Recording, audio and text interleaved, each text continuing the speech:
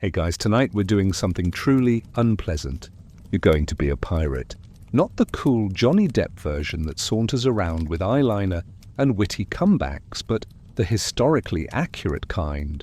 Smelly, diseased, sunburned, and about one stubbed toe away from crying yourself to sleep in a hammock full of lice.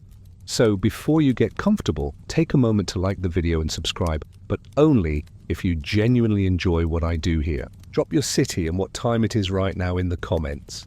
I love seeing how weirdly global our little sleepy history crew has become. Now dim the lights, maybe turn on a fan for that soft background hum, and let's ease into tonight's journey together. It all begins in some seedy coastal town in England, or maybe France or Spain or the American colonies. You're broke, like beyond broke.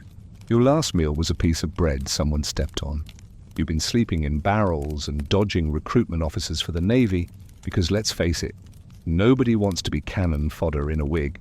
The streets smell like unwashed bodies and yesterday's fish. Every shadow seems to hold a threat, every doorway a judgment. You cling to the walls, trying to make yourself invisible, another ghost in a city full of them. Your clothes are rags, perpetually damp, clinging to your skin like a second, unwanted hide. Your stomach growls so loud you worry it'll attract unwanted attention, a telltale sign of your desperation. Sleep is a luxury you can't afford. Not really. Every night is a cold, lumpy fight against the hard ground, the biting insects, and the chill that seeps into your bones. You dream of warmth, of a full belly, of simply being forgotten by the cruel indifference of the world.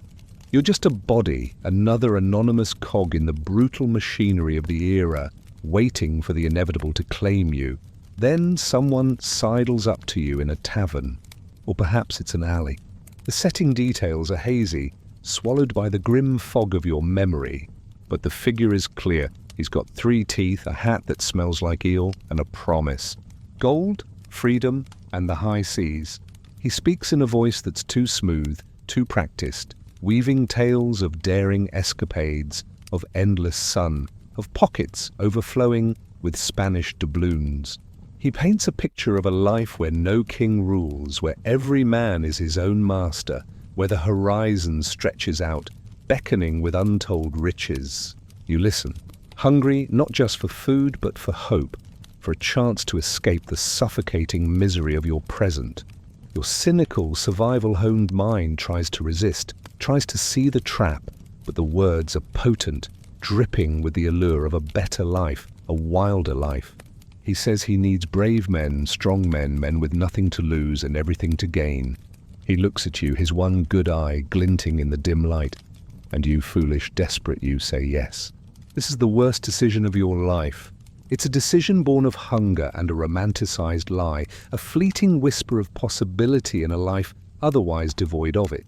You'll come to regret that word, that single, eager syllable, more than any other. Within days, you're crammed aboard a ship called something absurd, like the Bloody Pelican or the Salty Widow. The name itself is a grim joke, a cruel foreshadowing. It's not sailing yet, but it already reeks of mildew, wet rope, and desperation. The stench is immediate, overwhelming, a physical blow to your senses.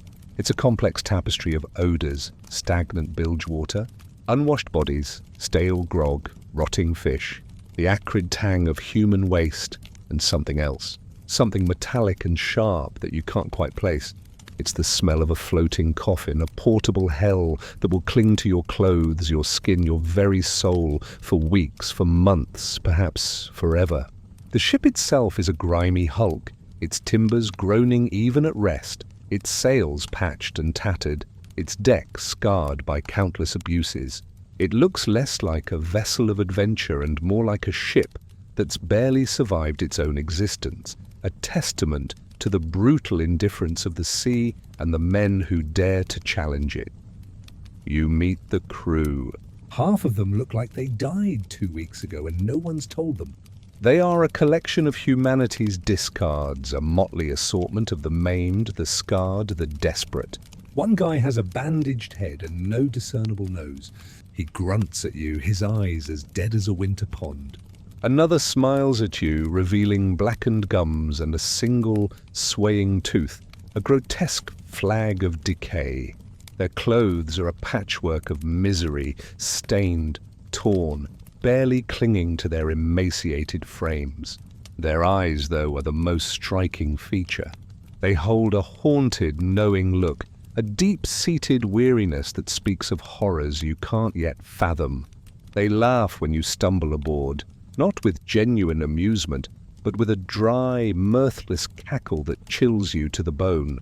They laugh because you still have both ears and clean socks. Not for long. Their laughter is a warning, a cruel initiation, a grim welcome to a world where innocence and wholeness are liabilities, not assets. You feel their gazes, heavy and judgmental, stripping away the last vestiges of your landlubber naivete. Your first lesson: there's no turning back. The moment your boots touch the deck, you're owned. It's a sudden, jarring realization, a visceral understanding that your life is no longer your own. You're not a guest here, not an adventurer. Your property, a resource to be used and discarded.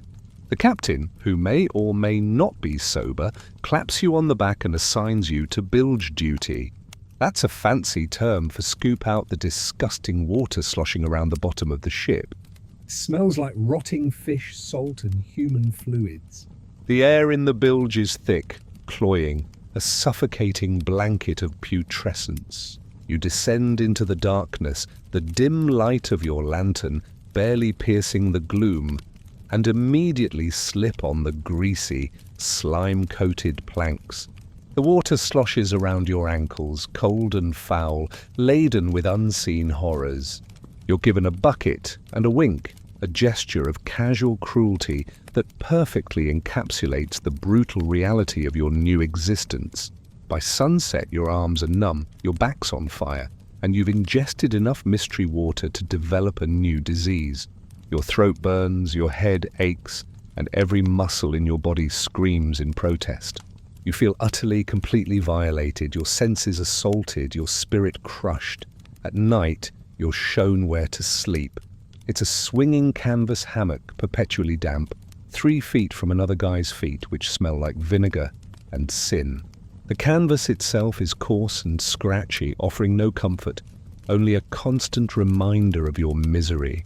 The sway of the ship, which you once thought would be romantic, now feels like a relentless torment, a constant battle against nausea. There's no privacy, not even a tiny bit. Every groan, every cough, every whispered curse from your shipmates invades your space. Their bodily sounds a constant symphony of suffering. When you try to close your eyes, something scurries across your chest, probably a rat, maybe a ghost. You don't scream because the last guy who screamed got smacked with a belaying pin and hasn't spoken since. His silence is a stark warning, a chilling reminder of the swift, brutal justice that awaits anyone who dares to disrupt the fragile peace of the lower deck. The rats are a constant presence, their beady eyes glinting in the dark, their tiny claws a constant, unsettling scurry. They are the true masters of this realm, sharing your misery with a detached indifference that is almost worse than hostility. Oh, and your clothes. They're not even remotely pirate chic. You're in whatever rags you showed up wearing, and they're already damp. One sleeve has gone missing. Your boots squish with every step, the leather already rotting, the stitching coming undone. The salt air is already eating the stitching, dissolving the last remnants of your former life. You look around and realize that no one on this boat has worn clean clothing in years. Cleanliness is a forgotten luxury, a distant memory from a life that no longer exists. One man is wearing what appears to be a curtain tied with a belt, his ingenuity a desperate attempt to maintain some semblance of dignity in a world stripped bare of it. You feel your own rags clinging to you, a second skin of filth and despair, and you know with a sickening certainty that this is your uniform now. Your identity has been reduced to this, a perpetually damp, stinking, ragged shell. Now here's the kicker. The ship hasn't even left the dock yet. You're already exhausted, already questioning everything, and you haven't even seen open water. That comes tomorrow along with vomiting, sunstroke, and a solid introduction to what it's like to be hunted by the Royal Navy. But we're not there yet. For now, you're trying to sleep wrapped in a damp wool blanket as someone above you farts audibly and another crew member starts snoring like a dying walrus. The sounds are a constant assault, preventing any true rest, any escape into the oblivion of sleep. You lie there, every nerve frayed, every muscle aching, listening to the cacophony of misery that surrounds you. And you realize with a chilling certainty that this is only the beginning. The sea waits, patient and hungry, and you are its next offering. Here's your historical fact for the night. Most pirates weren't ex-adventurers or rebel heroes. They were desperate lower-class sailors who'd already survived hellish lives on merchant or naval ships and figured why not turn to crime? It can't be worse. Spoiler, it was worse. The choices were grim. Press ganged into the brutal discipline of the Royal Navy with abysmal pay, constant floggings and disease, or languish in poverty on land, starving and forgotten. Piracy, for many, was a desperate gamble, a chaotic alternative to a life already devoid of hope. They exchanged one form of hell for another, often under the illusion of freedom. Many were not willing volunteers, but victims of circumstance, coerced by the grim alternatives.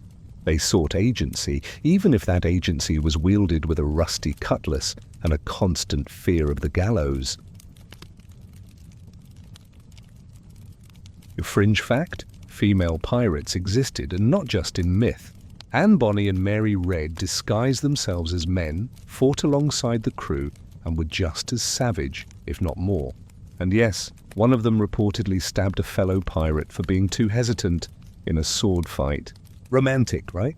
These women defied the rigid gender norms of their time, finding a perverse sort of liberation in the lawless brutality of piracy. They cut their hair, donned men's clothes, and wielded weapons with a ferocity that earned them both fear and a grudging respect from their male counterparts. Their lives were an even harsher gamble, facing not only the perils of the sea and the law, but also the constant threat of exposure and the extreme punishments that awaited women who dared to step so far outside their prescribed roles. As for the scholarly debate, no one can agree on what exactly turned the so-called golden age of piracy golden. Was it the influx of skilled sailors after European wars? Was it capitalism on steroids in the New World? Or just a perfect storm of greed, imperialism and poor hygiene? Historians still squabble about it, usually while sipping tea and judging you for romanticizing pirates in the first place. Some argue it was a brief window of opportunity, a power vacuum created by shifting global politics and weak naval presence in certain regions. Others point to the allure of a democratic structure and profit sharing that starkly contrasted with the exploitative conditions on merchant and naval vessels. The truth is, likely a complex interplay of all these factors, a tempest of desperation and opportunity that converged to create a unique, albeit brutal, chapter in maritime history. You shift uncomfortably in your hammock, already regretting this life choice. The ship creaks around you, a symphony of protesting wood and rusty metal. A rat chews something in the corner, hopefully not your boot, and the stars outside glitter like they're laughing. Each creak is a reminder of the ship's fragile existence, each distant sound a whisper of the unknown horrors that await. The air, thick with the unholy blend of human and animal effluvia, tastes metallic and sour. Your body aches in places you didn't know existed, a dull, persistent throb that promises to be your constant companion. The thought of a warm bed, a clean meal, a moment of silence without the constant clamor of this floating prison feels like a dream from another lifetime. You are utterly, hopelessly trapped, and the full weight of that realization presses down on you, a suffocating blanket of dread. Tomorrow the voyage begins, and you're not ready, not by a long shot. The ship pulls away at dawn and you're jolted awake by shouting, stomping, and the distinct sound of a goat bleeding. Don't ask. You haven't eaten yet. Your mouth feels like it's been stuffed with old rope and your back is locked in a shape nature never intended. The air below deck is a physical entity, heavy with the accumulated exhalations of too many men, too many animals, and too many days without fresh air. It coats your tongue, burns your nostrils, and infiltrates your clothes until every fiber reeks of this floating nightmare.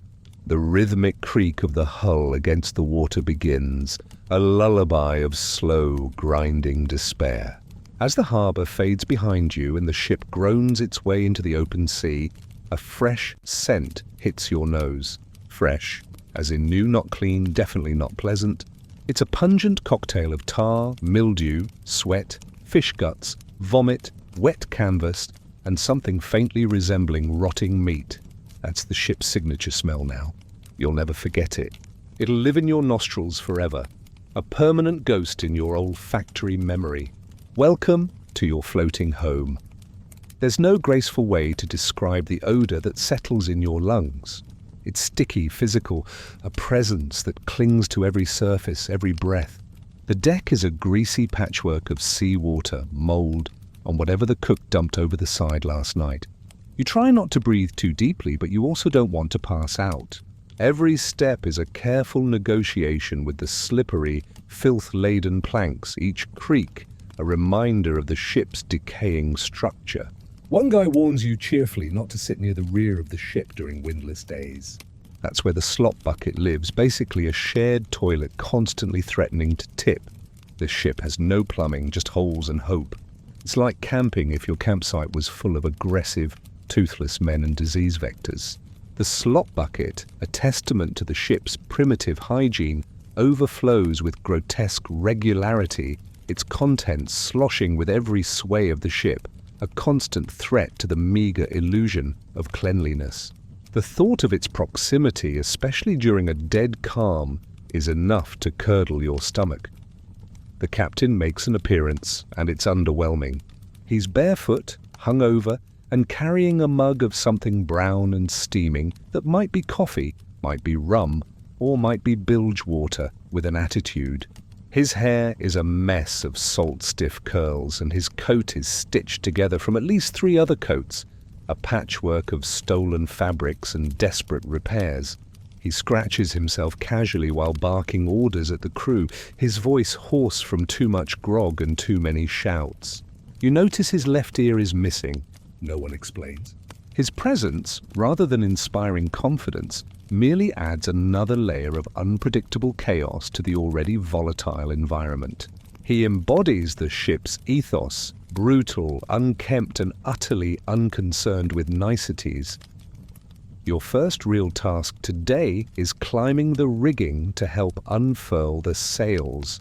You've never climbed anything in your life taller than a flight of stairs.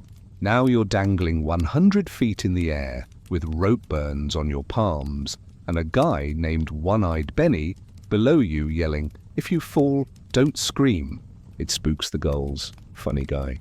The ropes are thick, coarse, and slick with morning dew and salt, biting into your skin with every pull.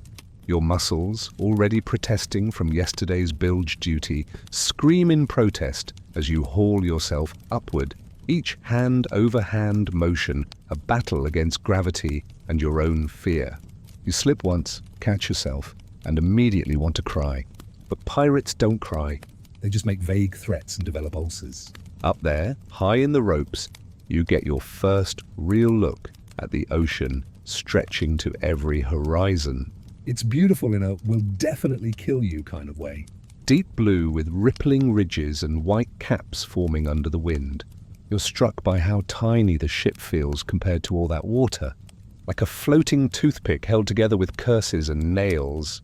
It creaks and shudders beneath you as it cuts through the waves. The wind is strong enough to make your eyes water. Or maybe that's just fear leaking out. The vastness of the sea is both awe-inspiring and utterly terrifying. A boundless expanse that dwarfs your small, fragile existence. By midday, You've been barked at by 6 different men, all of whom seem to have some kind of minor head injury. You're told to scrub the deck, repair a torn sail, and then haul something called a mizzen, which turns out to just be more rope. Rope is your new best friend and your worst enemy. It tangles around everything, burns your hands, and soaks up seawater like a sponge full of barnacle snot. Your palms are raw, crisscrossed with angry red lines, a map of your escalating misery. Lunch is announced with a rusty bell and a yell. You're handed something that was described as stew, but it's really just tepid water with chunks of grey, stringy meat, and floating bits of what might be onion or maybe fingernail. The smell is a new assault, a greasy, metallic tang that makes your stomach churn. Everyone slurps it down like it's the finest cuisine.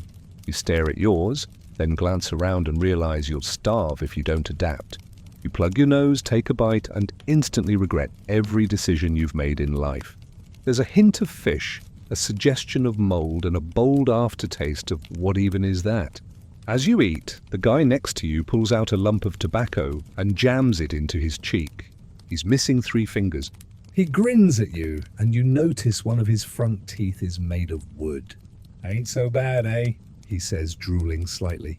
You want to punch him and also cry on his shoulder.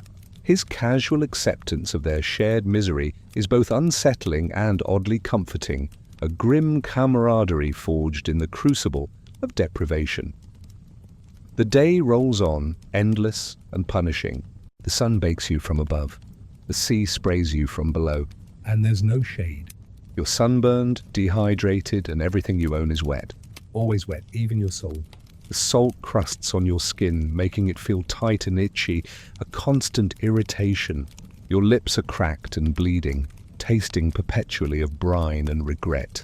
You try to ask someone how long it'll be before you reach wherever it is you're going. They laugh. No one really knows. The navigation system on board is optimism. There are charts, sure, but they're water-stained and drawn by someone with a shaky hand and a loose definition of coastlines. They are relics of a bygone era, more artistic interpretation than precise guidance. The sheer incompetence of the navigation is terrifying. You are truly adrift in a sea of unknowns, relying on the whims of a drunken captain and the fading hope of land. Here's your historical fact. Pirate ships didn't usually stink just because of poor hygiene, though that was a big part. It was also due to a lack of ventilation below deck. Ships were wooden boxes, and without proper airflow, heat and humidity turned them into mobile compost piles. Some pirates even drilled extra holes in the sides for air, which occasionally backfired when storms rolled in. The enclosed wooden environment, combined with constant moisture, created a perfect breeding ground for mold, bacteria, and every imaginable putrid smell. The stench wasn't just unpleasant, it was a constant assault, a physical manifestation of the ship's decay and the crew's desperation. Your fringe fact: some pirates brought livestock aboard for meat, milk, or weird company. Goats were common, so were chickens. One documented pirate ship had a monkey that was promoted to powder monkey, though it didn't actually handle gunpowder, just threw things at people. You're not sure if that's a better job than yours. These animals, while providing some fresh food or diversion, also contributed to the overall filth and noise of the ship, adding another layer to the sensory overload. The monkey, a chaotic presence, probably mirrored the crew's own unpredictable nature. And the scholarly debate of the night, the myth of the democratic pirate ship. You'll often hear that pirate crews were egalitarian, voted on leadership, and shared treasure equally. But that wasn't universal. Some ships did operate that way for survival mostly, but many captains ruled like tyrants, hoarded wealth, and punished disobedience with sudden swimming lessons in shark-infested waters. Historians still argue over how much of the pirate code was real and how much was just a fantasy invented to make pirates sound more charming than they were. The ideal of pirate democracy, a rebellion against naval authoritarianism, often clashed with the brutal realities of survival and human nature, leading to a complex and often contradictory system of governance. As night approaches, The smell intensifies, if you can believe it. The heat of the day baked the filth into every crevice. The goats are bleeding again. You crawl back into your hammock, aching from head to toe, your skin raw from salt and sun. The ship lurches, a wave crashes, and your dreams are interrupted by someone vomiting off the side. The constant swaying and lurching of the ship, combined with the vile odors, makes any attempt at sleep a losing battle against nausea and discomfort. You wanted freedom. What you got was the salty widow and an unidentifiable rash on your lower back. The darkness offers no respite, only an amplification of the ship's groans and the crew's restless sounds. You lie there, every fiber of your being screaming in protest, trapped in a cycle of misery, exhaustion, and the grim knowledge that tomorrow will bring more of the same. The sea, vast and indifferent, seems to mock your small suffering, its endless expanse a cold, beautiful prison.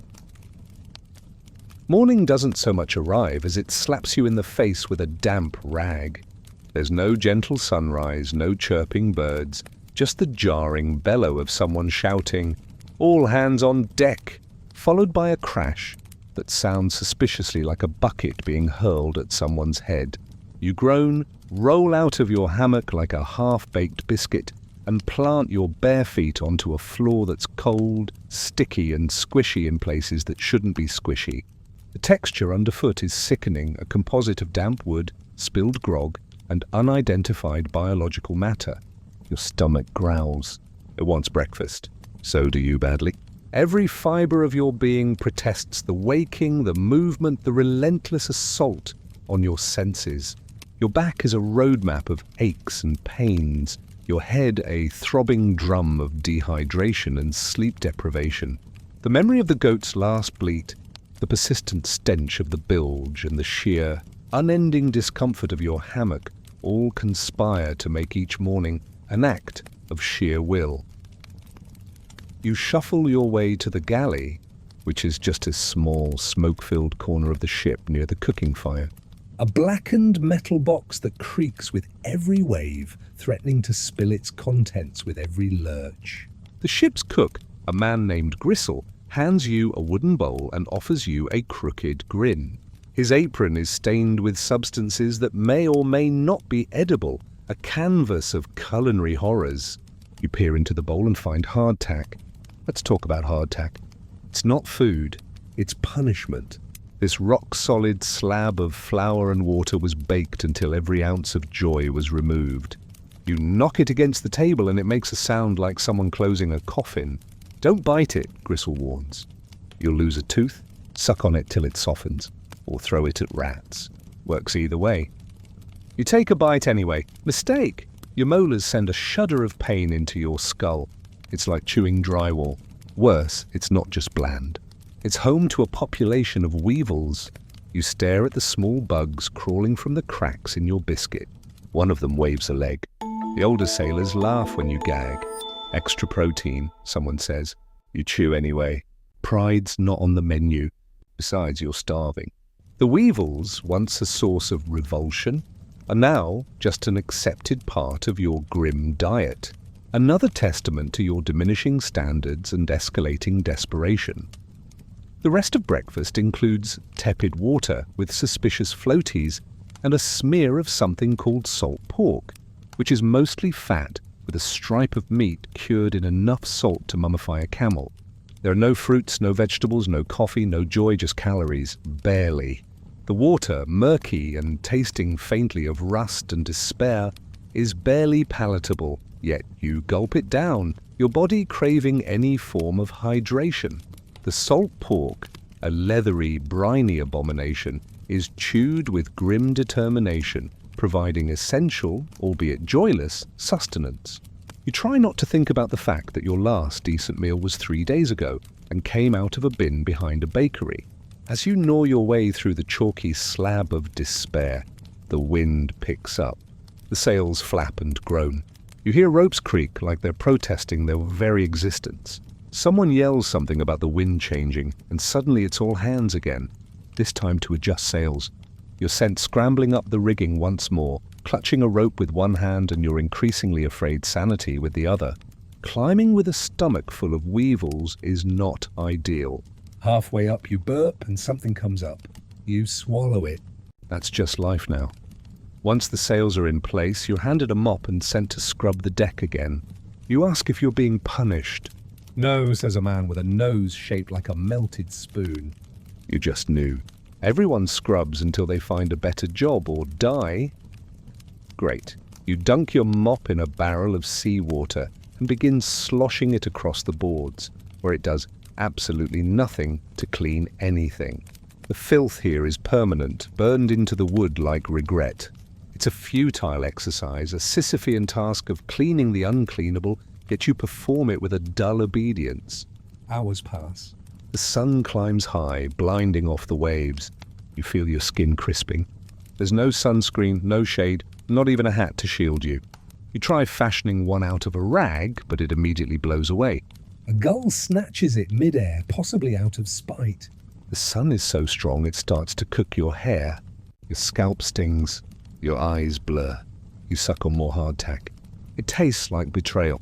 The relentless sun is another torment, sapping your strength, burning your skin, and blurring the edges of your reality. Then someone yells, "Fish!" and the crew stirs. A net is thrown overboard and dragged back in with a few unlucky sea creatures flopping helplessly. You're lucky enough to be handed a fish tail. Raw, you stare at it. A man shrugs. Better than hardtack, ain't it? You nibble it and learn that no, it's not. The raw, rubbery flesh offers little comfort, tasting overpoweringly of brine and desperation. You're starting to feel it. The sluggishness, the soreness in your joints, the fuzziness in your mind. You're not just tired. You're malnourished. Scurvy is coming. You've heard whispers about it. Bleeding gums, swollen legs, teeth falling out like wet cornflakes. You notice an older sailor spitting blood into the sea. He smiles at you. One of his teeth dangles, swinging gently in his mouth like a door on bad hinges. His grimacing smile is a chilling preview of your own impending fate, a macabre invitation to the club of the diseased. Here's your historical fact of the day. Hardtack, or ship's biscuit, was a staple on ships for centuries, precisely because it lasted forever, sometimes decades. Sailors would break it with hammers, soak it in water or rum, and still complain. It was so solid it could crack teeth, and so dry it could turn your mouth into a desert. But it didn't rot, and that made it valuable.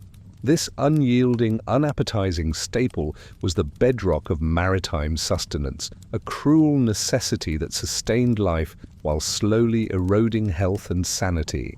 Its sheer indestructibility was its primary virtue, a testament to the brutal compromises demanded by long voyages at sea.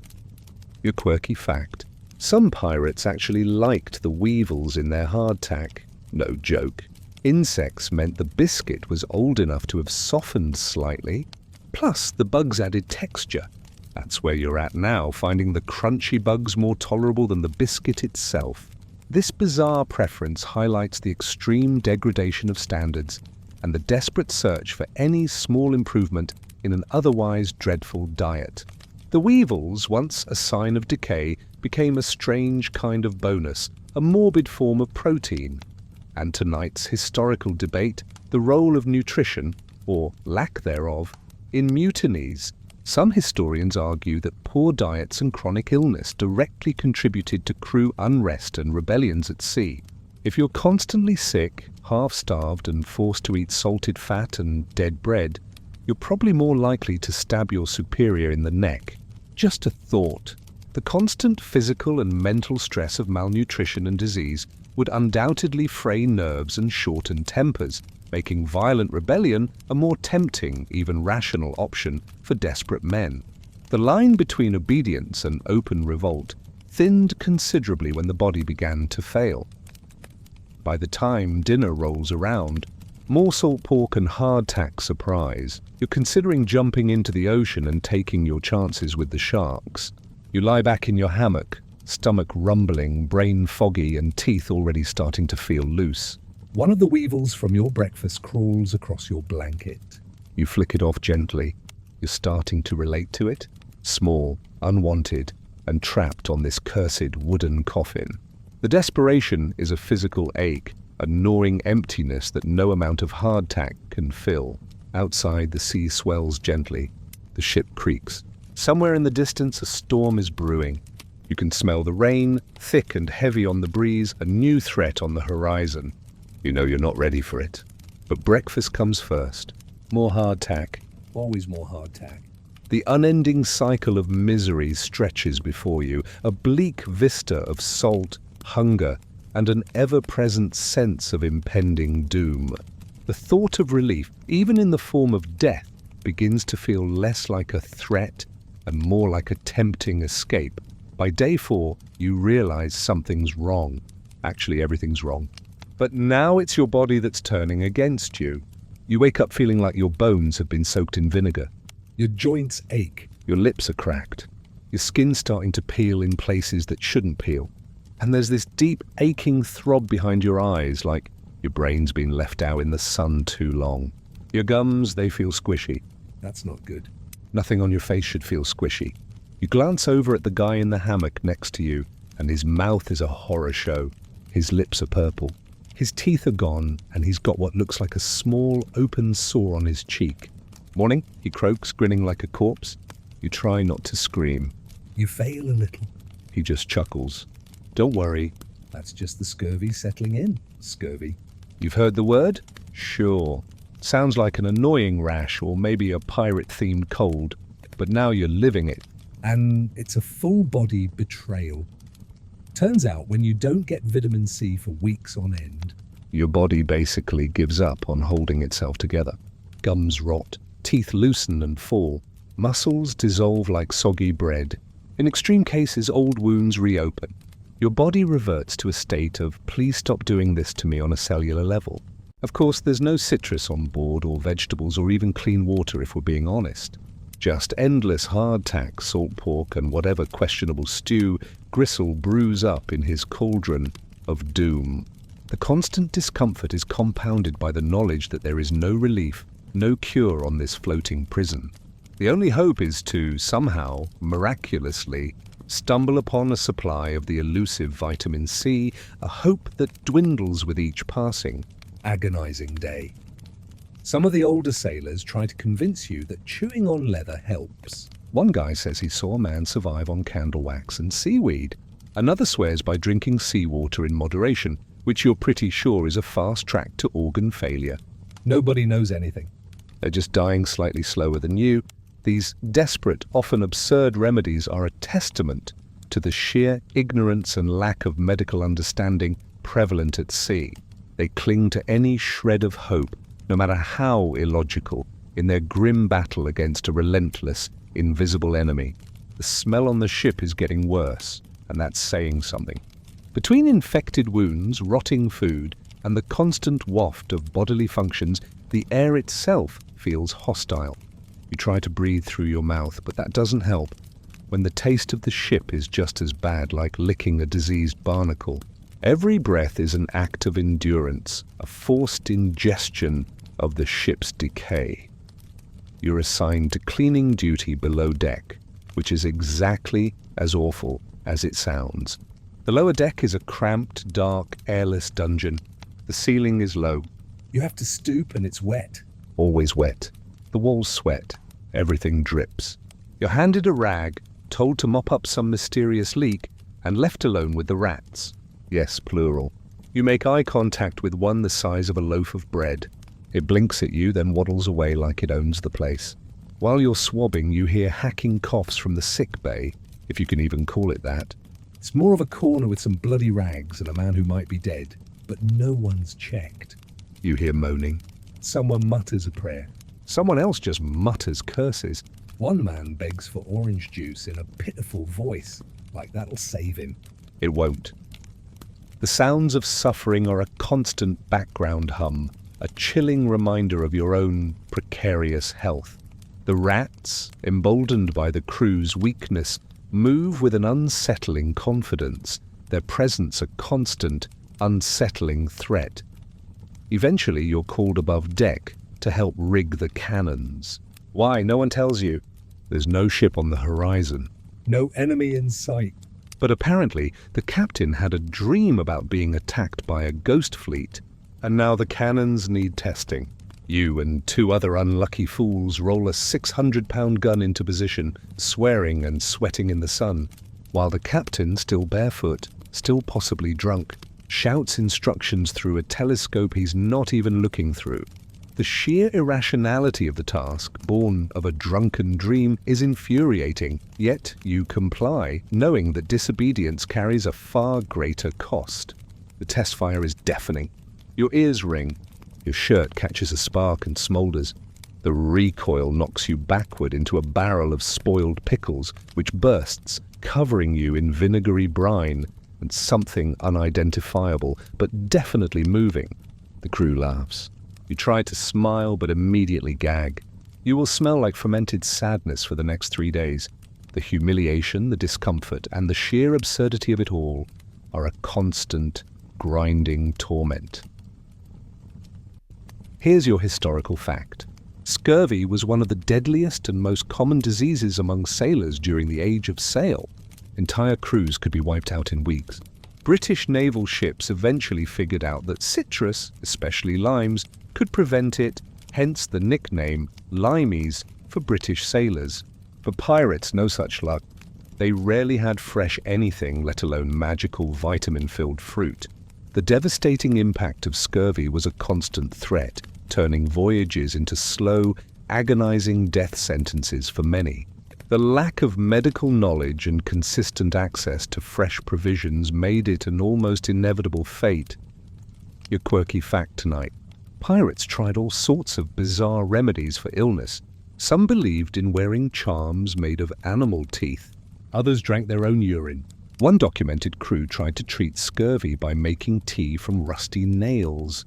Yes, iron tea. It didn't work, obviously, but at least they got tetanus to go with their vitamin deficiency. Suddenly, the bone saw seems almost merciful. These desperate, often grotesque attempts at medicine highlight the profound ignorance and superstition that governed health at sea, where pseudoscience and folklore often took precedence over any rational treatment, and the scholarly debate. Did pirates actually suffer from scurvy as much as naval sailors? Some historians argue that pirate raids on coastal towns and merchant ships meant they had better access to fresh food, at least occasionally. Others point out that pirate crews lived in chaotic, inconsistent conditions and rarely had any real stores of fruit or vegetables. In other words, it depended on the captain, the region, and luck. You have none of the above. The sporadic nature of pirate life meant that even if they occasionally stumbled upon fresh provisions, consistent access was rare, leaving them perpetually vulnerable to the ravages of malnutrition. By nightfall, you're dizzy, your legs are heavy, and your gums are bleeding. You spit into the sea and watch a little streak of red swirl into the water. Someone slaps you back. That's just your body making space for new teeth, they joke. You don't laugh. You just crawl into your hammock, cover your face with a damp rag, and dream of oranges. The taste of blood in your mouth is a constant, grim reminder of your deteriorating health. The dream of oranges, a simple fruit, has become a fervent, desperate prayer, a symbol of everything you lack. And just to really cap off the night, one of the goats dies, just topples over. No one moves it. It's just there now, stiff-legged and glassy-eyed, lying in the middle of the deck, like a reminder that this ship eats everything eventually, man, beast, or hope. The dead goat, a silent sentinel of impending doom, underscores the brutal indifference of your new existence. You wake up to shouting again. You'd think by now you'd be used to it.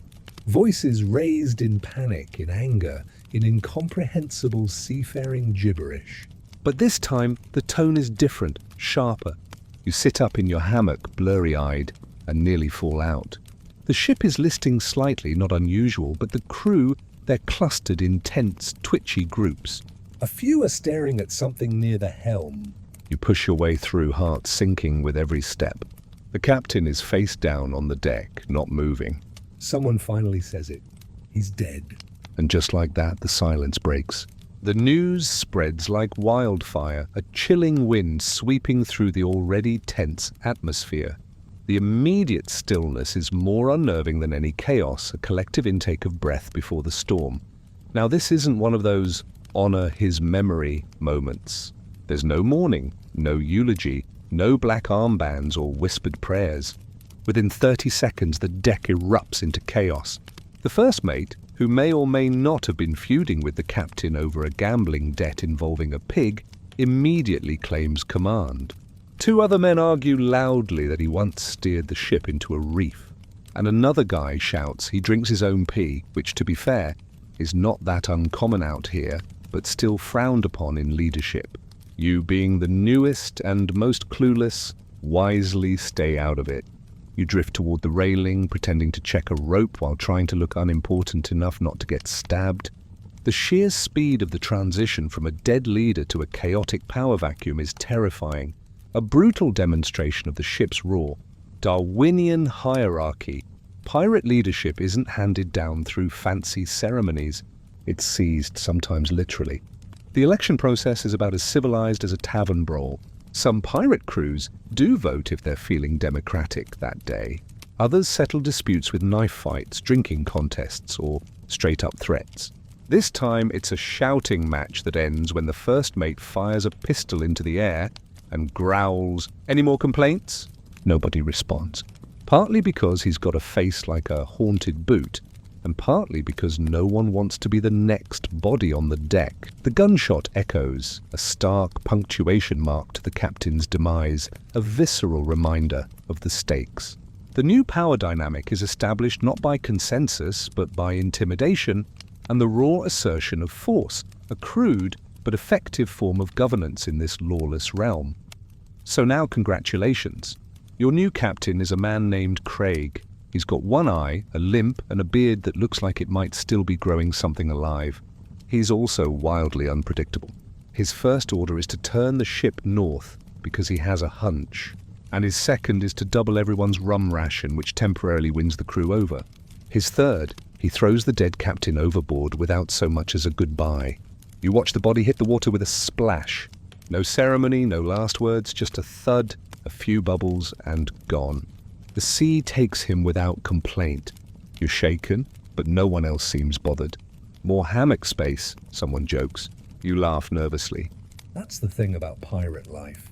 It's fast, cruel, and nothing's permanent except the smell. The smell is forever. The sheer casualness of death, the swiftness with which a life is extinguished and forgotten, is chilling, an unnerving normalization of the extreme. Craig calls for an inspection. Why? Who knows? Maybe he wants to assert dominance. Maybe he's bored. You're lined up, and he walks past sniffing people, occasionally jabbing a finger into someone's chest or asking vague questions like, "Do you bleed easy?" When he gets to you, he narrows his one good eye. "You the one with the goat rash?" he asks. You nod. He nods back, satisfied.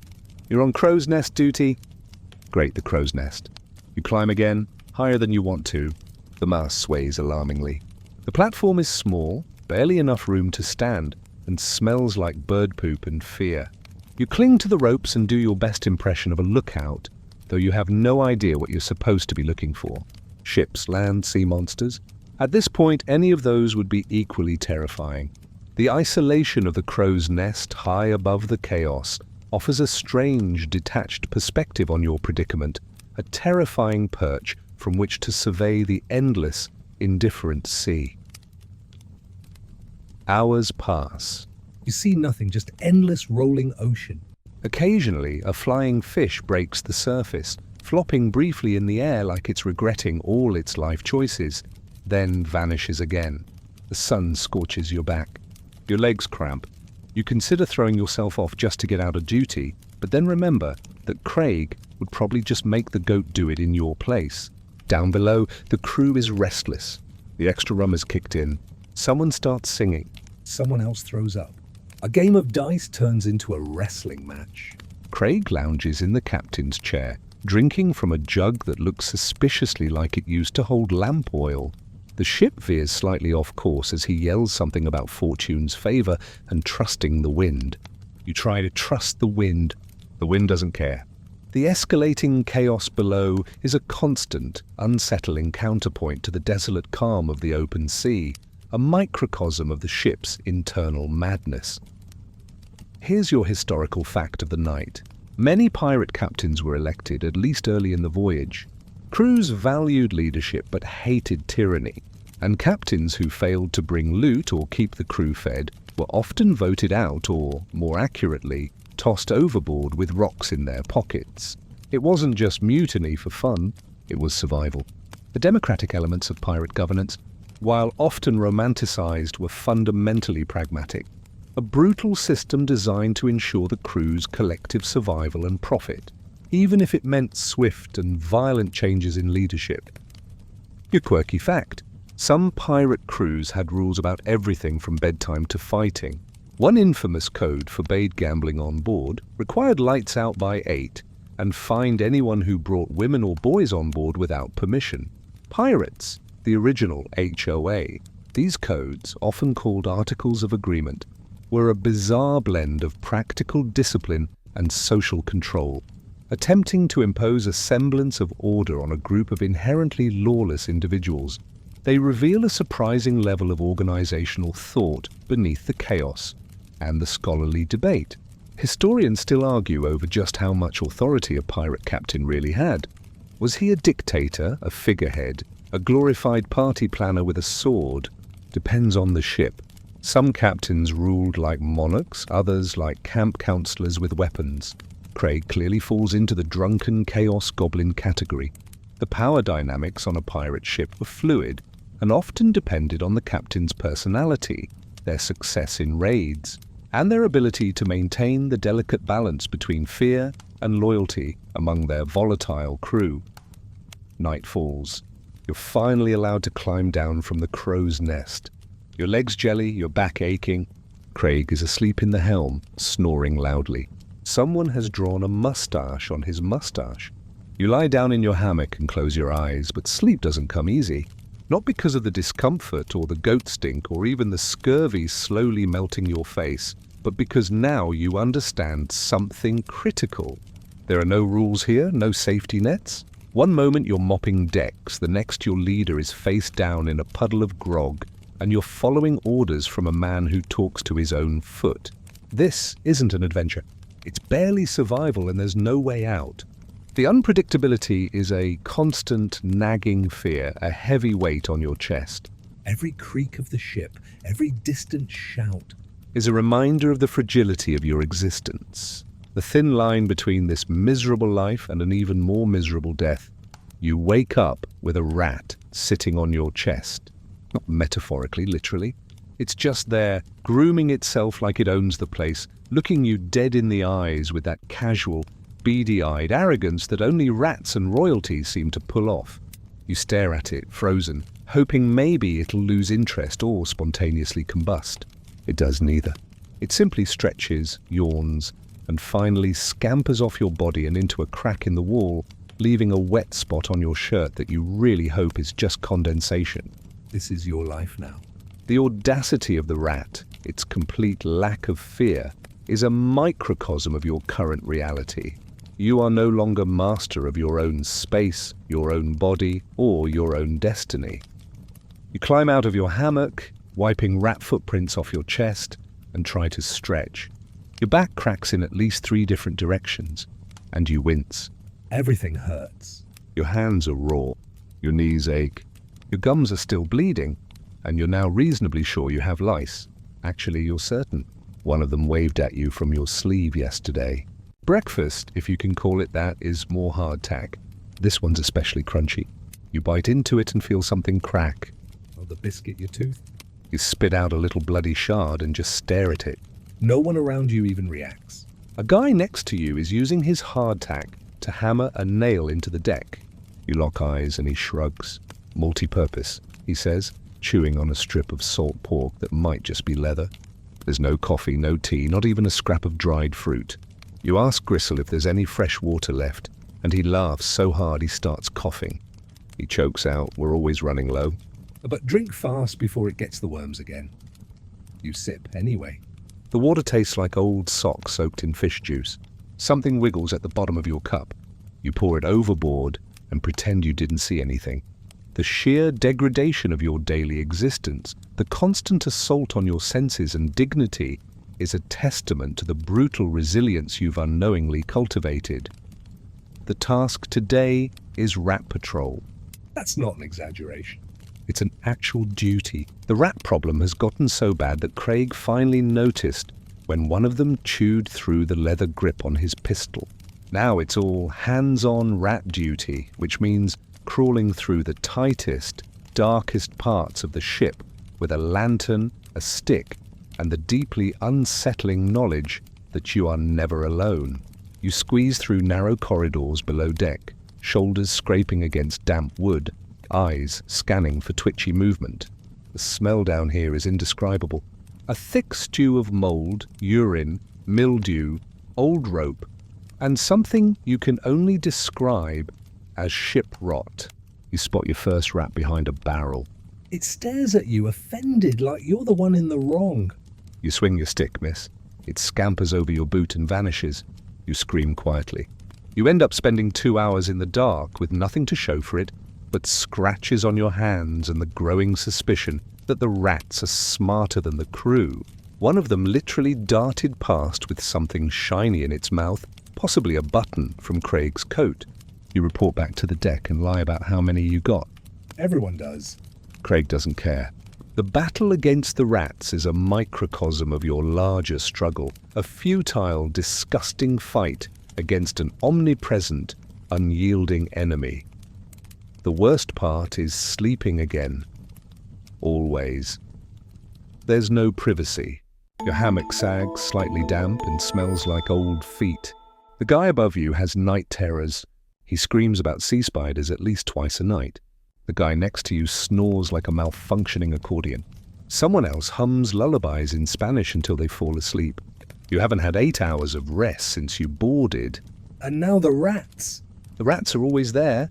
You hear them scuttling through the walls, scrabbling over barrels, chewing through anything soft. One of them pooped in your boot last night. You found it the hard way. You tried to clean it with a rag and seawater, but now the boot just smells like salted poop. You wear it anyway. There are no spares. The lack of proper rest, the constant noise, the unending fear of unseen creatures, all conspire to erode your sanity, turning sleep into another form of torment. Here's your historical fact for tonight. Rats were a plague on ships. They chewed through sails, food stores, ropes and clothing. They spread disease, especially the terrifying kind, like typhus and the plague. Some ships brought cats on board to help control the population. Others tried setting traps. Most gave up and accepted that rats were part of the crew. The destructive and disease-carrying nature of rats made them an existential threat to every voyage, contributing significantly to the miserable conditions and high mortality rates aboard. Your quirky fact: rats weren't always seen as bad luck. Some sailors believed that if rats were seen abandoning a ship before a voyage, it was a sign that the ship was doomed to sink. Others treated ship rats like pets, naming them and feeding them crumbs. One infamous pirate had a rat named Pickle he claimed was his lucky charm. Pickle allegedly survived 3 sinkings. This strange dichotomy, viewing rats as both menace and mascot, highlights the superstitious nature of sailors and their desperate attempts to find meaning or control in an unpredictable world. And tonight's debate: did pirates have worse rat problems than Navy ships? Some historians argue yes. Pirate ships were more crowded, less clean, and carried more random loot for rats to nest in. Others say no. Naval ships were just as filthy. And the only difference was whether anyone cared enough to do something about it. On your ship, no one cares. The constant presence of rats, a grim reality regardless of ship type, was simply an accepted part of life at sea, a pervasive nuisance that further eroded the quality of existence. After the rat patrol, you try to relax. You sit near the bow watching the sea churn. It's a calm day. No storms, no enemy sails, just endless waves and a sky that feels too big. You almost feel peaceful until a rat walks directly across your boot, dragging what looks like a tooth. You sigh. Back below deck, Gristle is cooking dinner. You smell it before you see it. Burnt, fishy, and somehow still sour. He proudly serves a stew with chunks that bounce. You ask what's in it. He says not rat, which is not a comfort. You force yourself to eat anyway because hunger wins always. Your teeth hurt, your stomach growls, your body's breaking down, and you're not even halfway through this nightmare. You try not to think about it. About the rats, about the smell, about the screaming above you. That night, just before you drift off, you hear something by your ear. Tiny claws close. You freeze. You don't move. The rat nest is in your hammock ropes now. You know it. You feel it. You close your eyes and mutter a prayer. Not for safety, not for treasure, but just for one night without something crawling across your face. You don't get it. The rats, your constant, unwelcome companions, are a final, intimate indignity in your grim existence. You wake up to cannon fire. It's not a dream. You don't even have dreams anymore. Just brief episodes of unconsciousness interrupted by rats and gum pain. This is real. The ship is shaking. The deck is thundering overhead, and someone is screaming the words, "Battle stations." Like you're in the Navy or anyone here has a clue what they're doing. You lurch out of your hammock barefoot, half-dressed, and slam your head into the beam above you. Welcome to pirate combat. The shock of waking to such violence is profound, a visceral punch to your already frayed nerves. Every bone in your body protests the sudden, violent awakening, but the sheer, undeniable reality of the situation overrides all discomfort. This isn't the staged chaos of a tavern brawl. This is war, raw and terrifying, happening all around you. By the time you claw your way up to the deck, the situation is clear. There's another ship on the horizon closing fast. Big sails, clean rigging, and a fresh coat of paint, which already tells you three things. They're faster, better armed, and probably smell better. You squint through the smoke and haze and see the shape of a naval frigate. Those elegant, soulless killers of the sea. Your heart sinks. It's like bringing a soup spoon to a gunfight. The sight of the formidable warship, sleek and purposeful, fills you with a chilling dread. It is a symbol of everything you have fled, everything you are fighting against, and it has found you. The sheer disparity in power is obvious, a grim truth painted across the canvas of the sea. Craig is already shouting orders. He's wearing his coat backward and has two pistols tucked into his belt, one of which is still smoking. "You rats know the drill," he bellows. "Board or be boarded." The crew scrambles to load cannons, uncoil ropes, and look busy. The sense of frantic, disorganized activity is palpable, a desperate flurry of motion masking underlying terror. You're handed a rusted cutlass and pushed toward the railing. The blade is chipped. The handle is sticky. It smells faintly of cheese. You try not to think about it. The cutlass, a crude, worn weapon, feels like a toy in your trembling hand. Utterly inadequate for the task ahead, the ship rocks violently as the first cannonball hits, splintering the stern and sending a rain of wood shards across the deck. A man next to you screams, partly from fear, partly because a piece of mast just removed part of his ear. Blood sprays. You duck, instinct taking over. Another boom follows and the whole ship shudders like it's trying to shake you off. The noise is deafening, a relentless assault on your eardrums, punctuated by the screams of the wounded and the sharp crack of splintering wood. The air is thick with the smell of gunpowder and burning timber, a choking, acrid haze that sears your lungs. You're ordered to run powder to the cannons, which sounds easy until you realize it means sprinting back and forth across the deck, carrying sacks of black powder while dodging cannon fire and slippery puddles of whatever bodily fluids are currently pooling near your boots. The deck itself is a perilous, shifting battlefield, slick with water, blood, and debris. The noise is overwhelming. Cannon blasts, shouts, the creak of the hull, the whistling of incoming fire. One cannon misfires and explodes, taking half a man with it. The rest of the crew barely reacts. The sheer brutality and casual loss of life are shocking, a chilling testament to the cheapness of existence in this brutal world. Your body is pushed to its limits, adrenaline coursing through your veins, transforming you into a desperate, unthinking automaton. As the ships draw closer, the air fills with smoke, screams, and flying debris. The other vessel is sleek, deadly, and frighteningly organized. You can see their crew lining up with muskets, uniforms clean, and buttons shiny. One of them is probably named Sebastian or Archibald. You hate him already. Their precision, their order, is a stark contrast to your own ship's chaotic desperation, a chilling symbol of their superior power. Craig yells, "Grappling hooks!" Get ready to swing! And that's when it hits you. You're about to board a ship full of well-armed, possibly sober naval officers. You, a scurvy-riddled sea hobo with lice and one working boot, are going into melee combat with trained professionals. You're definitely going to die. The realization is a cold, stark splash of reality, a final, despairing certainty in the face of overwhelming odds. Ropes fly, hooks catch. The ships slam together with a shuddering crunch that nearly throws you overboard. Someone yells, "Go!" And then you're leaping across the gap with the grace of a terrified chicken, blade raised, mouth open, in what may or may not be a battle cry. You land hard, roll across the deck of the other ship, and immediately get kicked in the ribs by a man in a powdered wig.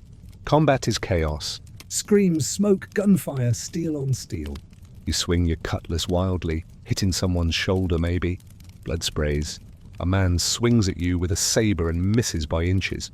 You duck, slip on something wet, hopefully rum, possibly intestine, and crash into a barrel. You pull yourself up and see Craig swinging a broken pistol like a club, cackling, blood on his teeth. It's not elegant. It's not choreographed. It's a brawl in a floating alleyway.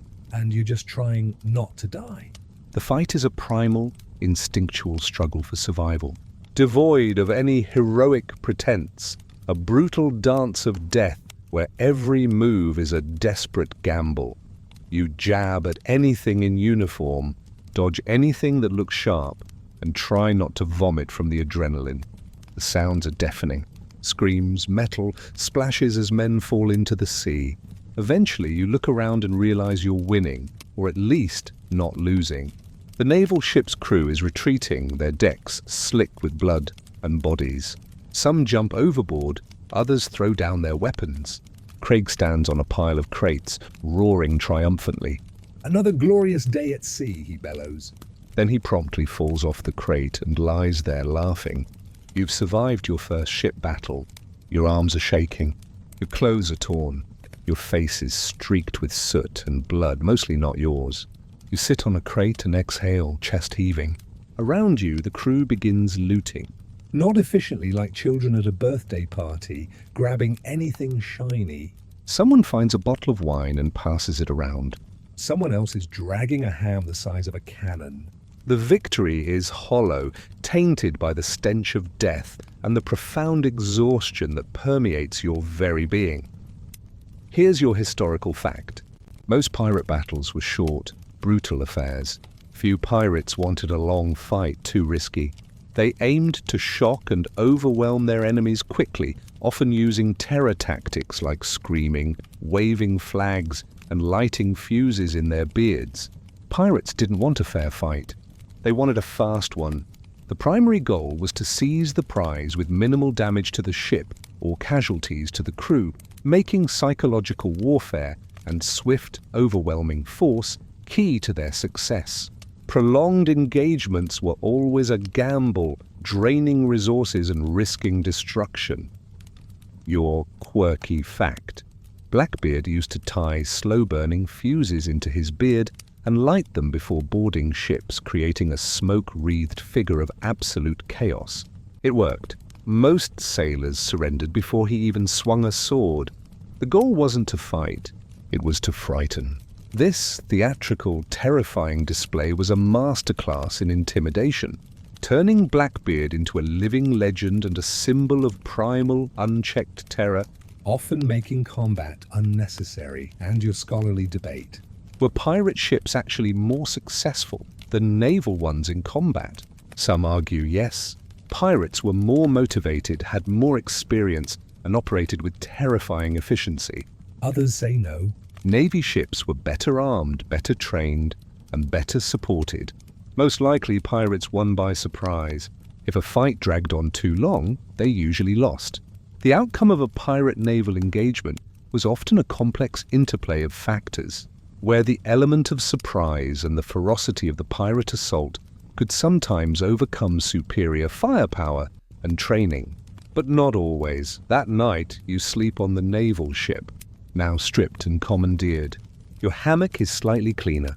You eat real food from their galley, cheese, apples, bread that doesn't crack your molars. You almost cry over a slice of soft, real cheese. Someone brings you a blanket that doesn't smell like goat. You close your eyes and feel, for just one moment, victorious, alive, maybe even a little proud. You fought. You survived. You even stole a clean shirt from a dead officer named Barnaby or Franklin or something equally punchable. You might not die tomorrow, but let's not get ahead of ourselves. The fleeting taste of comfort, the temporary respite from the constant misery, is a precious, fragile gift, a stark reminder of what has been lost and what might still be gained, however briefly. The clean shirt, a small trophy of your survival, is a poignant symbol of your descent into this new, brutal identity. You wake up feeling suspiciously comfortable. That's your first warning. The hammock isn't sagging quite as much. The air isn't thick with the usual notes of wet wood, mildew, and old socks. For the first time in weeks, there's no rat curled up on your chest.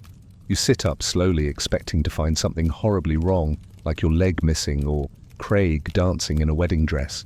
But instead, everything's just quiet. Too quiet. The unsettling calm, the absence of familiar misery, is a new kind of dread, a premonition of something equally bad, just different. You glance around. The crew is scattered between the two ships, the captured Navy frigate and your barely floating trash barge. The vibe is strange, unsettled. The battle's over, but instead of celebrating, everyone's acting twitchy, whispering in corners, watching each other like dogs eyeing the same bone. And you know exactly why. Loot, or more specifically, the share. See, now that you've successfully committed high seas robbery and murder, there's a little matter of who gets what.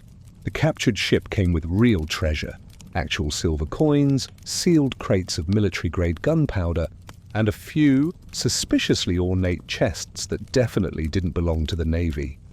You saw one sailor open a box and cry softly over the sight of fresh boots.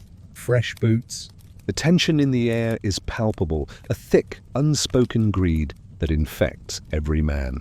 The camaraderie of battle has evaporated, replaced by a ruthless, self-serving calculus. And now the pirate code comes into play, or at least the idea of it. Craig naturally declares he's owed a captain's share, which in his math equals about half of everything. "I guided us through storm and slaughter," he proclaims, standing dramatically on a crate. "Without me, you'd all be fish food with fashionable jackets." The crew mostly grumbles, but no one challenges him. Yet. The rest of the loot is supposed to be divided fairly among the crew. That's how pirate democracy supposedly works, right? Equal shares, voted decisions, camaraderie through crime. But the more you watch, the more you realize it's less democracy and more a game of who can lie, cheat, and backstab the most without getting thrown overboard. Craig's brazen claim, his theatrical posturing, only serves to fuel the simmering resentment among the crew, an open challenge to the fragile illusion of fairness. You see two crewmates arguing over a single silver spoon. One accuses the other of hoarding. The other accuses him of hiding jewelry in his pants. Craig solves the issue by taking the spoon for himself. Another fight breaks out over a powder horn, then over a pair of boots, then over a hat. You almost get stabbed just walking past someone who thinks you're eyeing their coat. It's a full-on pirate free-for-all. The petty squabbles, the sudden bursts of violence over trivial items, are a stark contrast to the grand narratives of treasure. They revealed the true, ugly nature of the spoils, not glittering gold, but mundane goods fought over with desperate ferocity. You hang back and watch the madness unfold. A group of sailors starts keeping inventory badly. They can't read, so they're drawing pictures of what they find. Coins, cups, something that might be a cat or a cannonball. Someone else declares he's the new quartermaster and is immediately punched in the face. Gristle tries to organize a vote, but ends up passed out with a chicken on his lap. No one brought the chicken. No one knows where it came from. The chaotic attempt at inventory, the absurd election of a new quartermaster, all underscore the ship's descent into utter dysfunction. You see a few crew members sneak off with sacks of silver, hiding them in the water barrels or stuffing them into hollowed-out planks. You know it's only a matter of time before someone gets caught and the real fun begins. The covert acts of hoarding, the furtive glances, the shared paranoia. These are the true treasures of a pirate crew, the grim currency of suspicion and betrayal. The real fun will undoubtedly involve more bloodshed, more pain, as the illusion of shared wealth inevitably shatters. Which brings us to your historical fact. The pirate code did exist, and in some cases it was followed. Pirate captains were often elected, and shares were divided based on rank. Captains and quartermasters got larger cuts, while regular sailors got smaller, but still meaningful amounts. Injuries were compensated. Lose an eye, get more coin. But the code varied wildly from ship to ship, and enforcement was often flexible. The pirate code, while offering a semblance of order and fairness, was ultimately a malleable construct, easily bent or broken by a strong captain or a desperate crew. Its implementation was a delicate balance between the ideal and the brutal reality of human greed. Your quirky fact. Some pirates swore oaths on strange things, crossbones, bloody daggers, even mouldy bread to uphold their version of the code.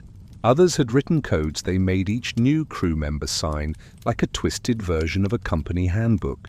One pirate even made his men swear loyalty while standing barefoot on a dead man's chest. Practical? No, theatrical. Absolutely.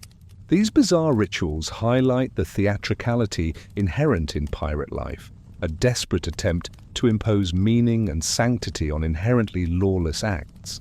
The performance of loyalty, rather than its genuine presence, was often the key.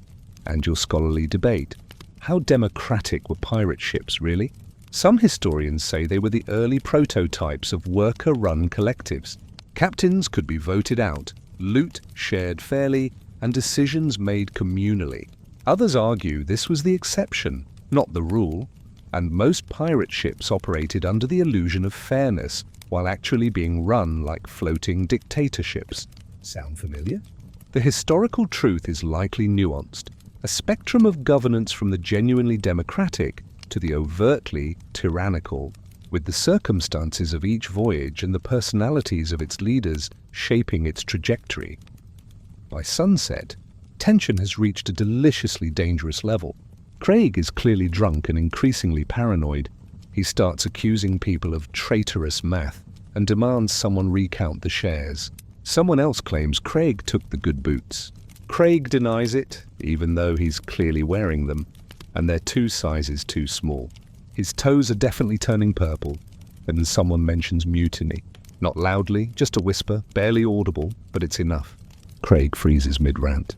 The entire deck goes still. You could hear a weevil sneeze. Craig slowly draws one of his pistols, the one he calls Susan, and fires it into the air. Anyone feeling brave tonight? He asks, voice low, smiling just a bit too wide. No one answers. Not out loud, anyway. The sudden, absolute silence that descends upon the ship is more terrifying than any shouting, a pregnant pause before inevitable violence.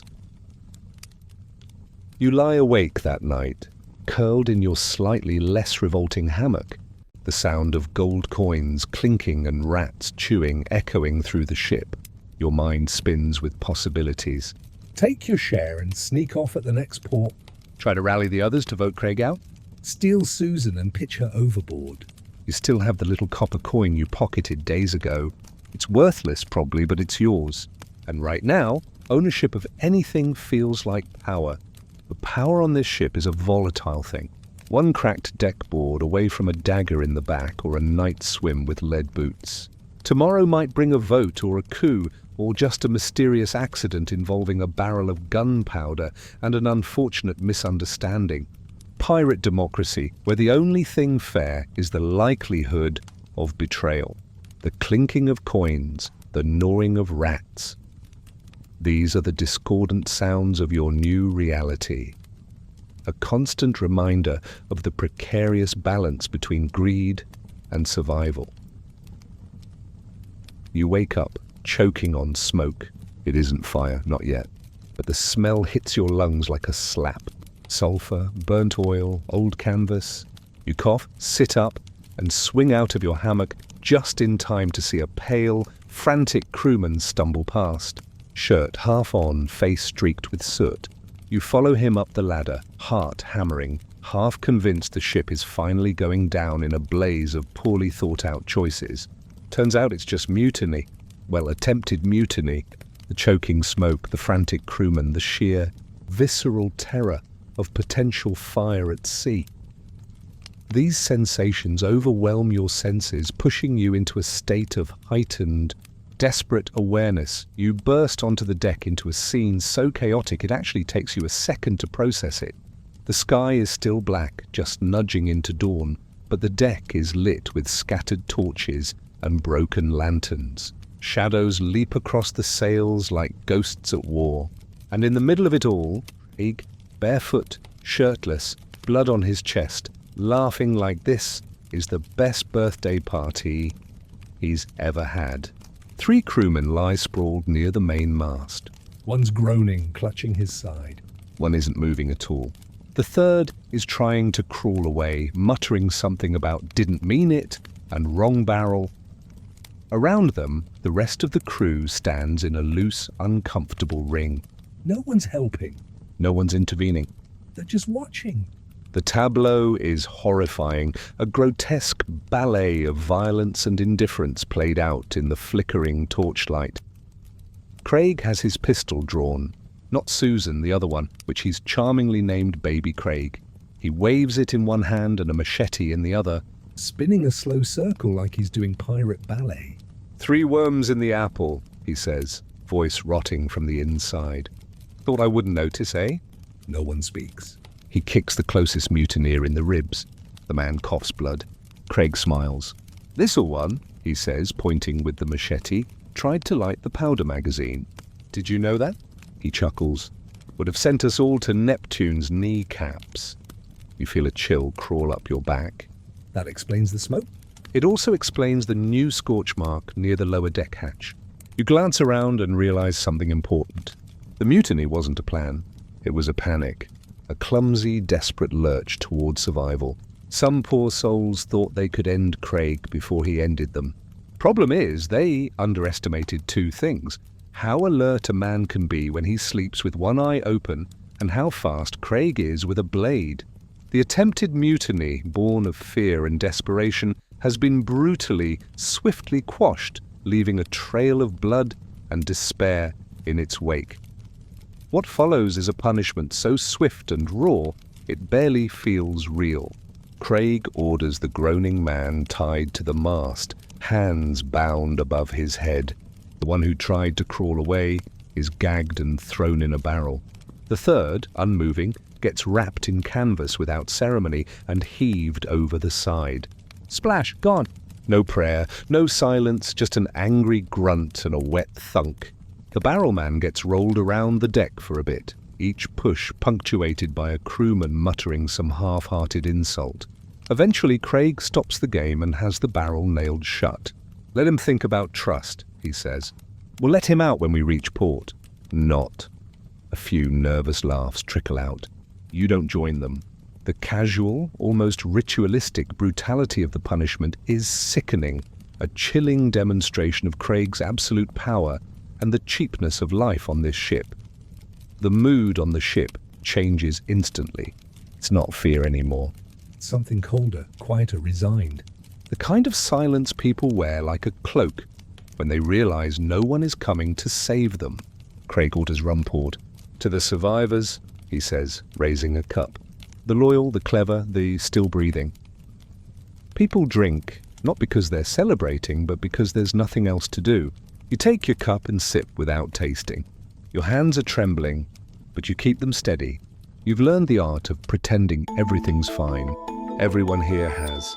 The false cheer, the forced camaraderie, the collective pretense of normalcy are a grim mask worn by all. A desperate attempt to maintain the fragile illusion of order in the face of overwhelming terror. Here's your historical fact. Pirate mutinies were more common than movies suggest, but they rarely succeeded. The moment a crew tried to overthrow a captain, everything got fragile. Discipline vanished. Loyalty fractured. Most mutinies ended in blood, or in a compromise that only delayed the inevitable. The inherent instability of pirate crews, their reliance on charismatic leaders, and the constant threat of external enemies made internal strife particularly dangerous, often leading to rapid self-destruction. Your quirky fact. Some pirate ships had a designated talker, a charismatic crewman whose job was to keep tensions down. He'd tell jokes, calm disputes, and if necessary, distract the captain with wild stories, kind of like a therapist who could also knife you if you stepped out of line. This unique role highlights the psychological warfare inherent in managing a pirate crew, where diplomacy and distraction were often as crucial as brute force in maintaining order. And the scholarly debate, was mutiny more frequent under brutal captains or during hard voyages? Historians argue both sides. Some say cruel leadership always breeds rebellion. Others point to long stretches at sea, starvation, or failed raids as the real triggers. Either way, mutiny was less about justice, more about desperation, and usually it didn't end well. The complex interplay of leadership style, environmental factors, and the availability of resources all contributed to the volatile nature of pirate crews, making mutiny a constant, underlying threat. By midday, everything is scrubbed clean, blood wiped, smoke gone. The deck smells of rum, sweat, and quiet dread. The man tied to the mast is still there, alive, barely. Craig ignores him. The crew ignores him. You try to, but it's hard not to notice the way he twitches every few minutes, like he's falling in a dream he can't wake from. You're told to keep watching the crow's nest. Fine by you, up there. At least you're alone. No laughter, no knives, no Craig. Just wind, endless sea, and the illusion of distance from everything horrible below. The isolation of the crow's nest, once a source of terror, now offers a perverse kind of sanctuary, a temporary escape from the suffocating claustrophobia of the deck. You climb, legs aching, splinters digging into your palms. The platform sways slightly and you settle in with your spyglass. Nothing but horizon. The sky is flat and grey, the water oily and slow. You scan in lazy arcs, not really looking, just giving your hands something to do. Then out of nowhere, a thought hits you. You almost missed the mutiny. If you'd slept 5 minutes longer, you'd have woken up in smoke and fire, possibly already dead. If it had succeeded, you'd have been tied up or tossed overboard or forced to pick sides you weren't ready for. You realize how little control you have, how paper-thin your role is. You're not important. You're not safe. You're just still breathing. The fragility of your existence, the arbitrary nature of your survival, is a chilling revelation, a stark reminder of your utter powerlessness. That night, you stay in the crow's nest long after your shift ends. No one calls you down. No one notices. Below, the ship moves through the dark like a ghost. You watch Craig's silhouette pacing the deck. He sings sometimes, talks to his boots. His madness isn't getting worse. It's just getting comfortable. And you wrap your blanket tighter around your shoulders and decide quietly to start hiding things. A bit of rope here, a knife in your boot, a crumb of food behind the sailcloth, just in case. Because this ship doesn't belong to anyone anymore. It just hasn't figured that out yet. The quiet acts of hoarding, the furtive preparations for an uncertain future. are your only forms of resistance, your desperate attempts to reclaim a sliver of control in a world that offers none. You don't even flinch when the lookout screams. By now, screaming is just part of the background music. Waves, creaking wood, muttering crew, random bird noises, and someone hollering bloody murder from the crow's nest. But this time it's different. There's a tone to it. Sharper, thinner, like fear that's finally bloomed into panic. You look up and see the lookout pointing with both hands toward the west. Eyes wide as cannonballs. Sail, big one. Full colours. The casual acceptance of daily horrors has numbed you to most sounds, but this piercing, desperate cry from the lookout cuts through the fog of your weariness, a clarion call of impending doom. Craig barrels onto the deck, shirtless, a piece of sausage in one hand, spyglass in the other. He scans the horizon and freezes mid-bite. Then he shouts the three words no pirate ever wants to hear. King's Navy frigate. Close! That's it. The dread spreads like fire. You drop your half-sucked hardtack and run to the rail. You see it too now. An enormous silhouette cresting the blue. Sharp sails, gleaming hull, order, discipline, violence. It's not just a ship. It's a symbol. A floating gallows with cannon ports. And it's headed straight for you like it knows your name. The sight of the naval warship, pristine and deadly, fills you with a chilling existential dread. This is the culmination of every fear, every whispered warning, a tangible representation of the law reaching out to claim its due. Orders get screamed. Craig throws on a coat. The wrong one, with a rip in the back and bloodstains down the sleeve. The helmsman spins the wheel so hard it squeals. Sailors scramble to adjust rigging, tie ropes, prep the cannons, though half of them don't even work, and one is still being used to store potatoes. You're handed a musket that doesn't fire and a knife with no handle. Great. Maybe you'll throw insults. Maybe you'll just jump. The frantic, disorganized preparations, the sheer incompetence of your defense only serve to deepen your despair. The Navy ship gains on you quickly. Of course it does. You're in a patched-together garbage scow limping along on desperation and bad maps. They're in a fully equipped war machine with rows of shining brass and sails that actually match. Within the hour, they're close enough that you can see the officers on deck, pristine in their coats, scanning you like a hunter might scan a wounded deer. They don't open fire, not yet. They want you to surrender. You can feel it. The quiet confidence, the ease with which they match your every turn. They know this dance. They've done it 100 times. Catch the pirates, board, hang. Send the rest to rot in some coastal prison where the rats wear uniforms. The chilling calm of their approach, their unwavering determination, is far more terrifying than any barrage of cannon fire. Craig, of course, has other ideas. Raise the black, he shouts. Someone raises the pirate flag, ragged, hand-stitched, and featuring a skull that looks more like a confused potato. But it flaps in the wind, and suddenly there's a new energy in the crew. Maybe it's madness. Maybe it's pride. Maybe it's just the knowledge that if you're going to die, you might as well do it looking cool. Then Craig pulls out a torch. We're not letting them have the ship, he says, lighting it. If they want it, they'll have to take it on fire. And that's when you realize Craig has finally lost the last of his mind. He's planning to light the gunpowder magazine, not just to blow the ship if boarded, but preemptively to create a smokescreen while trying to escape, which would be insane, even if the gunpowder wasn't damp. The fuse wasn't made of seaweed, and the crew wasn't already half dead from starvation.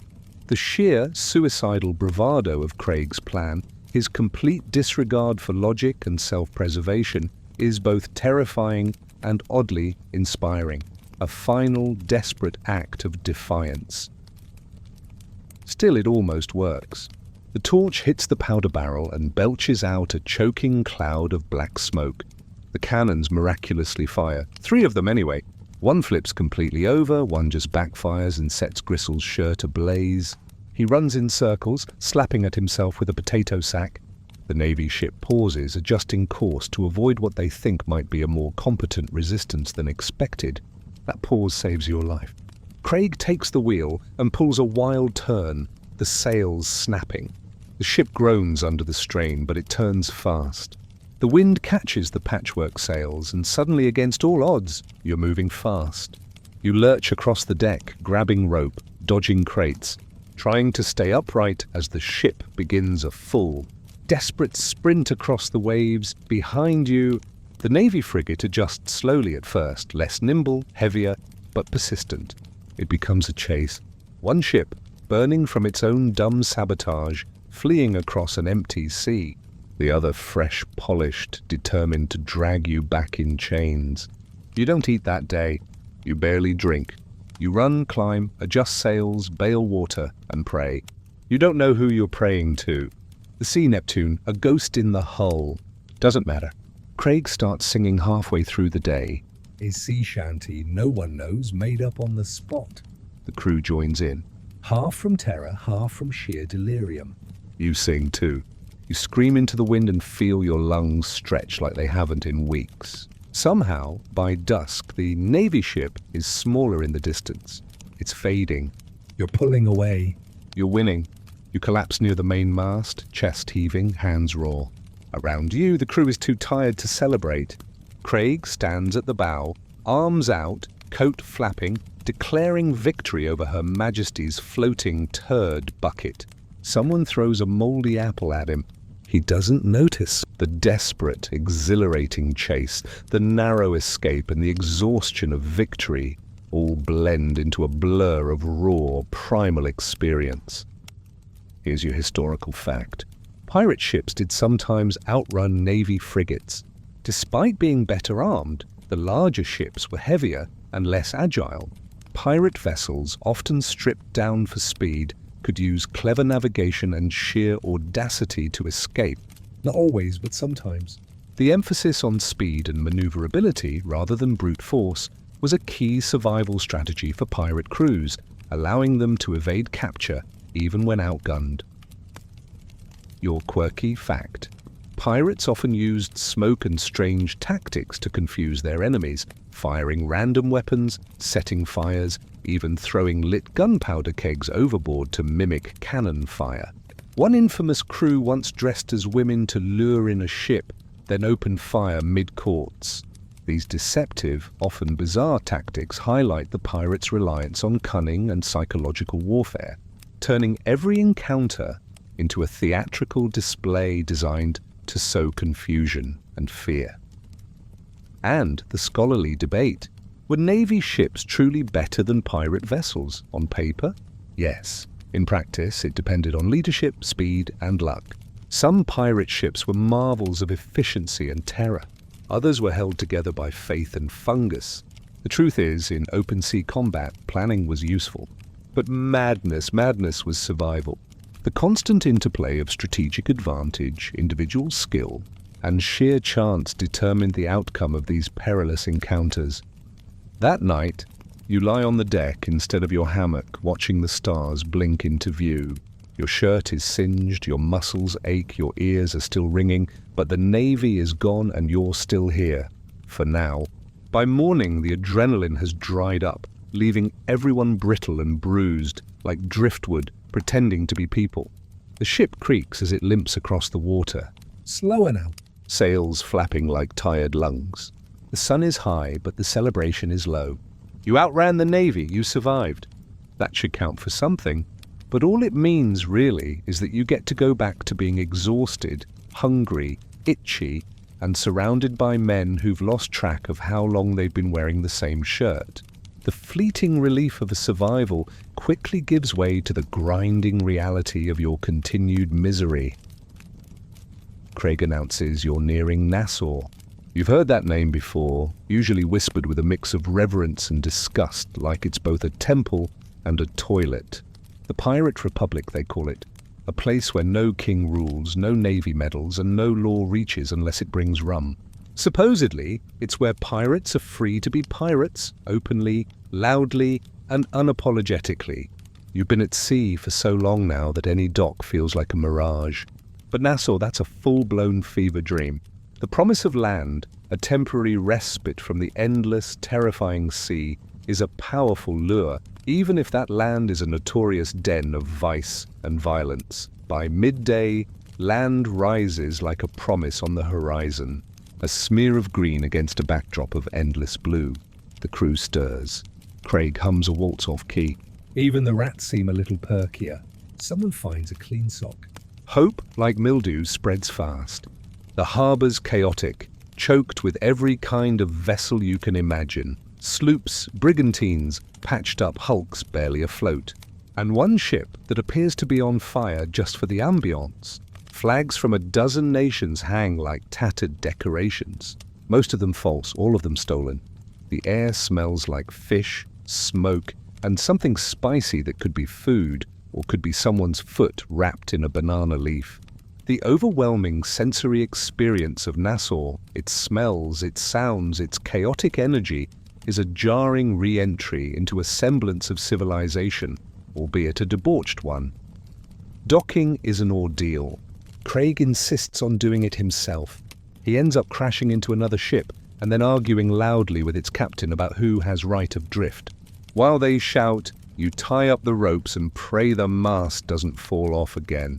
As soon as the gangplank is down, the crew pours onto the dock like a flood of lice and desperation. You follow, careful not to lose your footing. Nassau doesn't feel like a place that forgives clumsiness. The first thing that hits you is the noise. Shouting, laughing, singing, glass breaking, boots stomping. The second thing is the heat. The island doesn't just bake you, it wraps you in damp air and squeezes. You're sweating before your second step. The town itself looks like it was built by drunk architects with a grudge against symmetry. Buildings lean in strange directions. Rooftops suck. Everything is sun-faded and patched with tar, rope, or optimism. Chickens run wild in the street. You pass a man selling what he claims are authentic voodoo curses in decorative jars. You don't make eye contact. You and a few crewmates head to the nearest tavern, which has a sign hanging sideways that reads The Drowned Wench. Inside it's dim, smoky, and loud, the pirate trifecta. A woman behind the bar pours drinks with one hand and threatens patrons with the other. The floor is sticky, the air is worse. You've never been happier. You order something brown and burning. It tastes like varnish and regret. It's amazing. You follow it with a plate of mystery meat and something green that might once have been a vegetable. You don't ask. You eat it all. It's the first hot meal that hasn't come out of a barrel in weeks. The simple pleasure of a hot meal, however questionable its contents, is a powerful antidote to weeks of deprivation. A fleeting moment of pure, unadulterated satisfaction. Around you, pirates drink, gamble, argue, sing. It's a free-for-all. No uniforms, no hierarchy, no Craig looming overhead. Just people who've made peace with chaos and call it home. You hear snippets of wild stories. A man who claims he rode a dolphin to Cuba.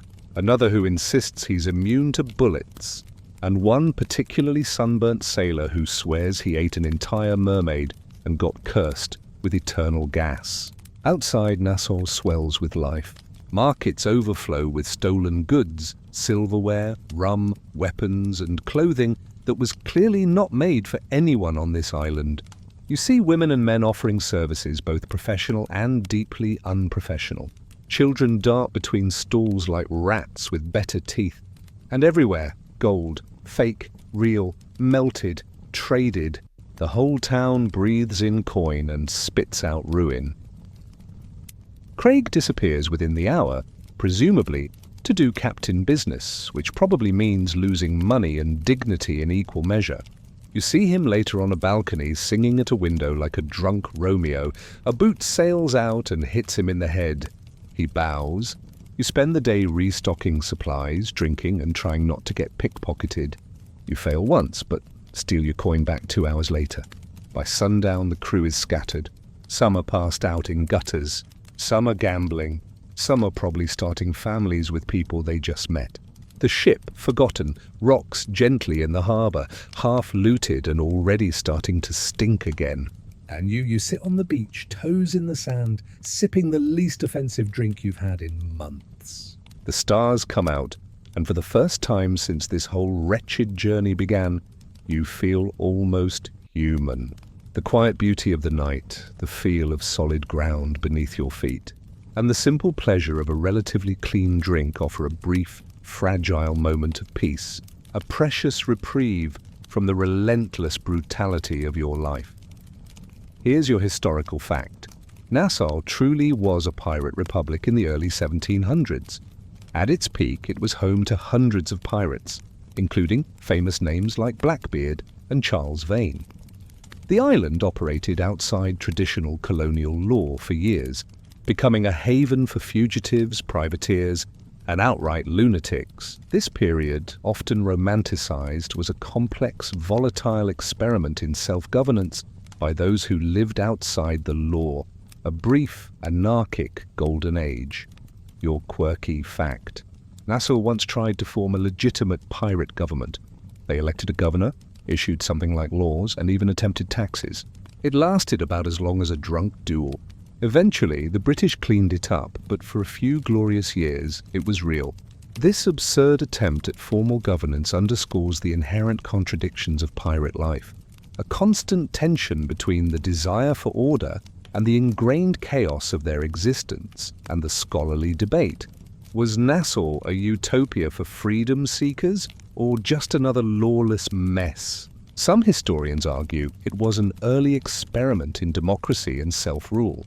Others say it was just another den of thieves with better branding. The truth, as always, probably lies somewhere between the rum barrels and the vomit in the street. Nassau represents the complex, often contradictory reality of pirate life, a place of both fleeting freedom and profound degradation.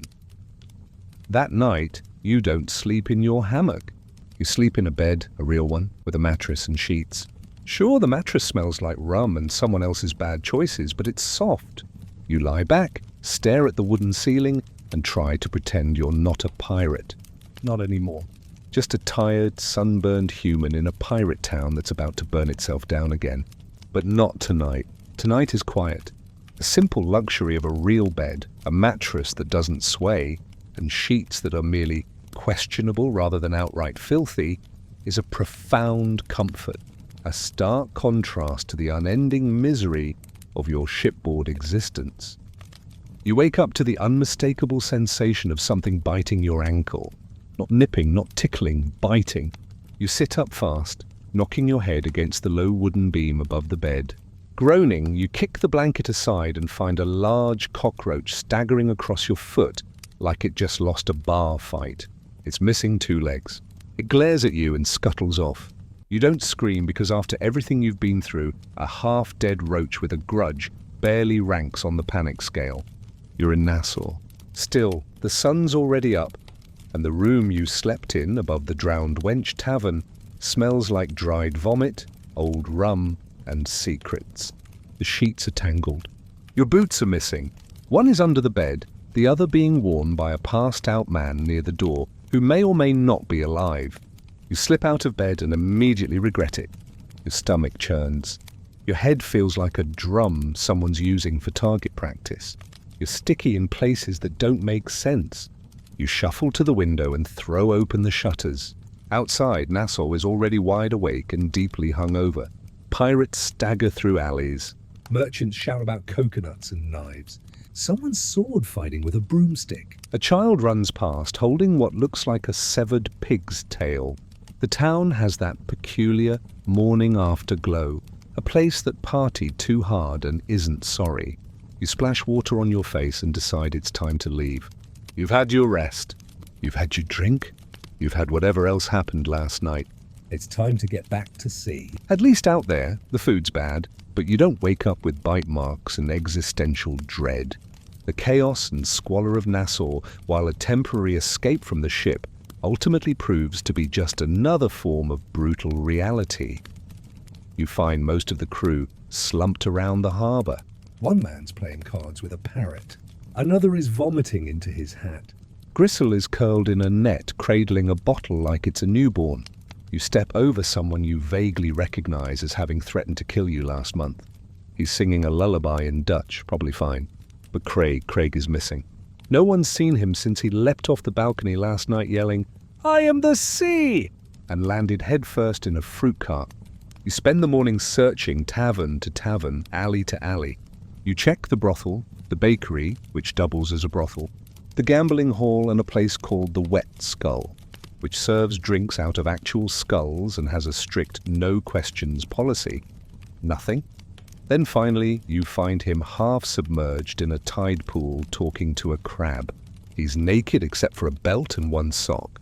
His beard is crusted with sand, and there's a tiny starfish clinging to his chest like a badge of honor. You approach cautiously. "Craig," you say. He looks up at you, eyes wild, one hand cradling the crab like a pet. "This is Admiral Pinchbottom," he says. "He's helping me map the future." You consider turning around and pretending this never happened. But unfortunately, Craig is your captain. And more unfortunately, you still need him to get off this cursed island. You coax him out of the tide pool with a half-dried mango and a promise of rum. You get him dressed, while you find pants and a coat and drag him back to the dock. The rest of the crew, having sobered up just enough to regret most of their life choices, gathers around. You declare, in the most authoritative voice you can muster, "We're leaving." A few cheers, mostly groans. Someone asks if Admiral Pinchbottom is coming. Craig insists he's now first mate. The absurdity of the situation, Craig's profound descent into madness, is both darkly comical and deeply unsettling, a final, defining image of Nassau's pervasive influence. By midday, the crew is back aboard. Supplies are loaded, the sails are patched again, and the deck has been hosed down enough to be technically walkable. As the anchor is hauled up and the ship pulls away from Nassau, you glance back at the island and you realize something. Nassau isn't a home. It's a mirror. A bloated, sun-drenched reflection of what pirate life really is. Chaotic, broken, absurd, no glory, just grit, no legends, just losers who drink like kings and die like dogs. You survived it barely, but you're also dragging it with you. The stench of Nassau, its memories, its indelible mark, clings to you, a permanent part of your being. Here's your historical fact. Nassau was not just a pirate republic. It was also a hotbed of disease, violence, and political tension. Pirates may have ruled it for a few years, but it was constantly under threat by the British Crown, by rival factions, and by the pirates themselves, who couldn't agree on anything for more than 5 minutes. This inherent instability, a constant struggle against internal and external forces, ultimately led to its downfall as a pirate haven. Your quirky fact. The Bahamas had a short-lived pirate king, a self-proclaimed title held by a man named Benjamin Hornigold, who supposedly enforced pirate codes and banned attacking English ships. He was eventually overthrown by other pirates who just wanted to be pirates, no politics attached. This brief, almost comical attempt at pirate monarchy highlights the fundamental resistance to formalized authority that defined many pirate crews. And your scholarly debate. Was Nassau's fall inevitable? Some argue that the pirate experiment could have evolved into a stable society if it had been better organized. Others believe the very nature of piracy, ruthless, violent, self-serving, meant it could never last. In the end, the British took it back, cleaned it up, and rewrote the story. The ultimate failure of Nassau to establish a lasting, self-sustaining society underscores the inherent, self-destructive tendencies within the pirate lifestyle. Back on the ship, the crew settles into familiar roles, swabbing, climbing, swearing. Dagger Pete's back to sharpening his butter knife.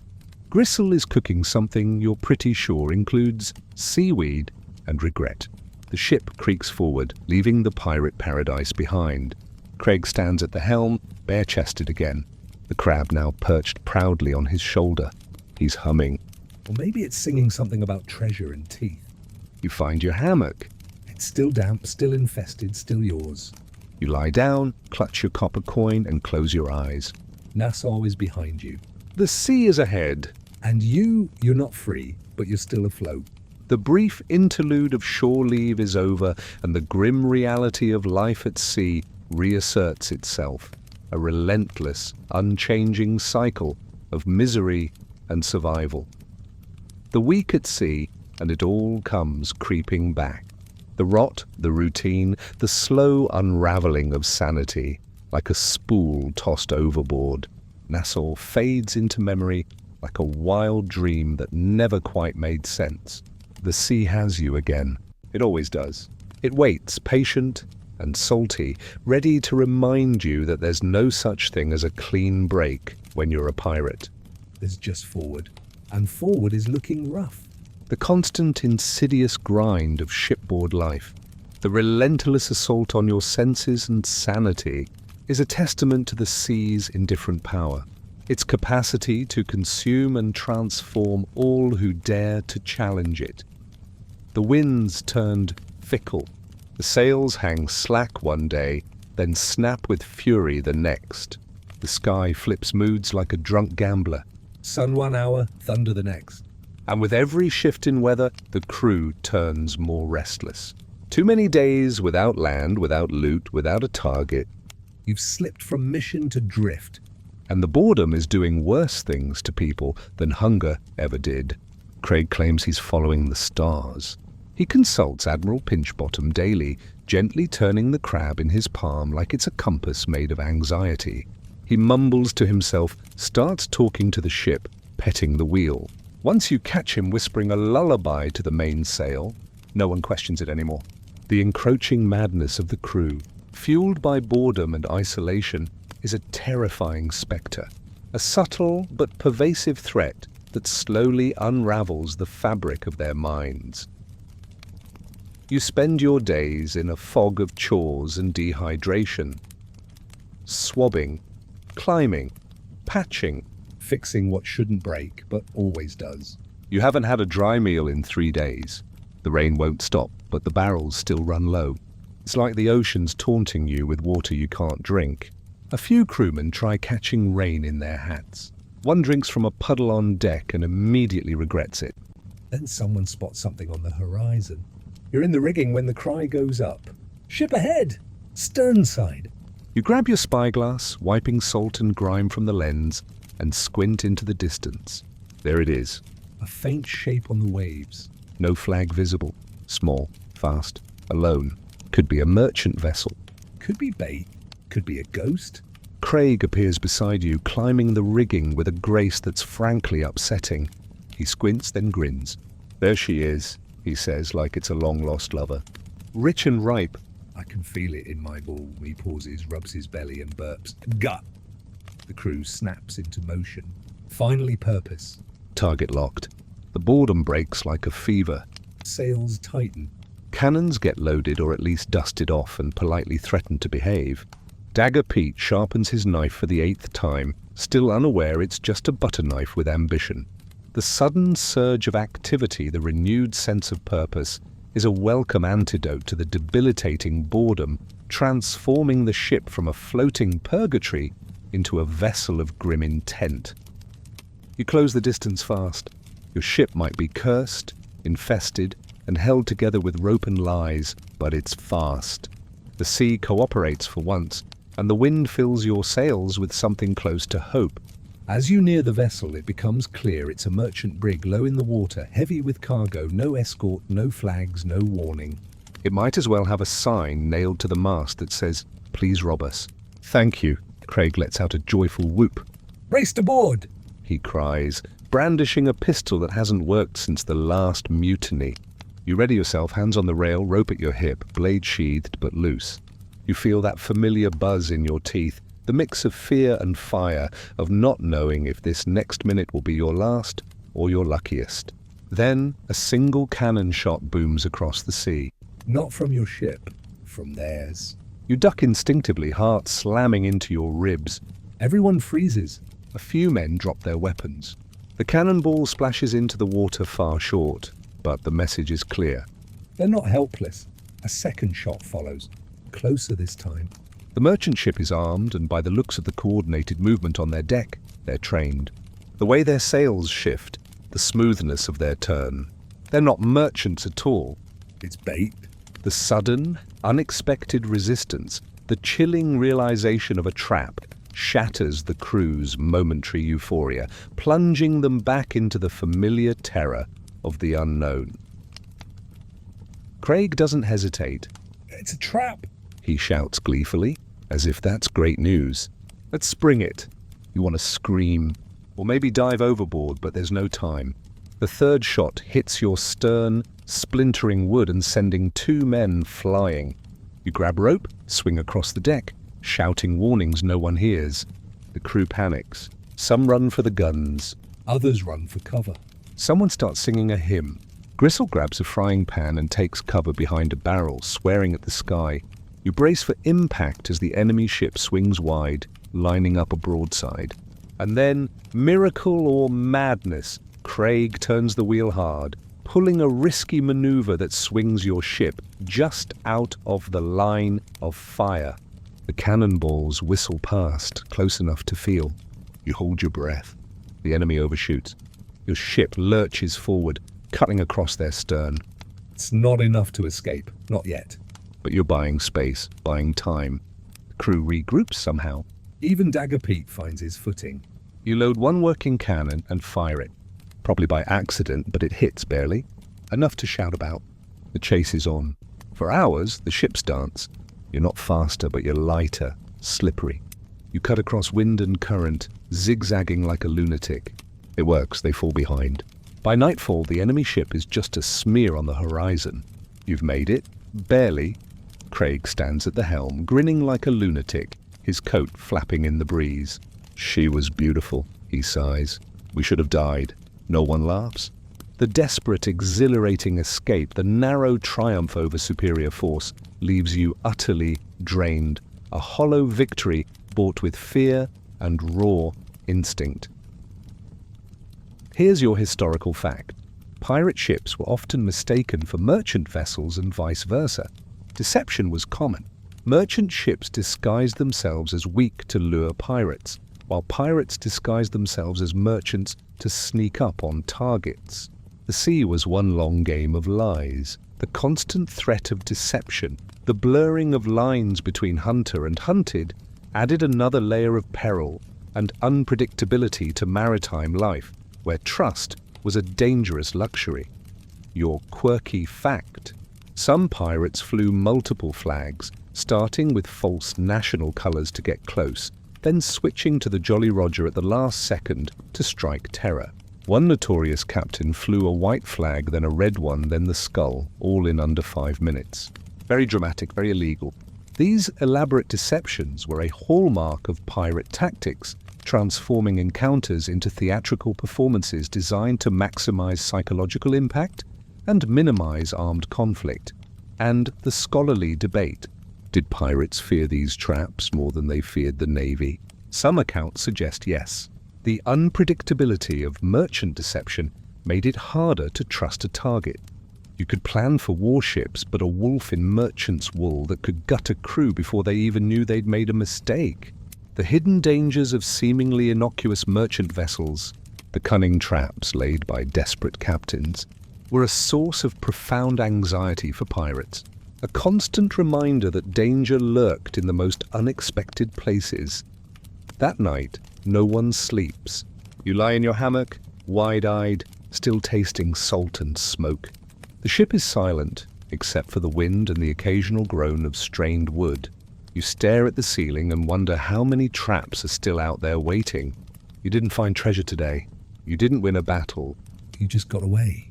And in pirate life, that's more than enough. The lingering paranoia, the inability to find true rest, is a testament to the indelible mark left by your constant encounters with death and deception. The silence of the night, once a source of comfort, now resonates with the unspoken threats of the sea, a constant reminder of the ever-present dangers.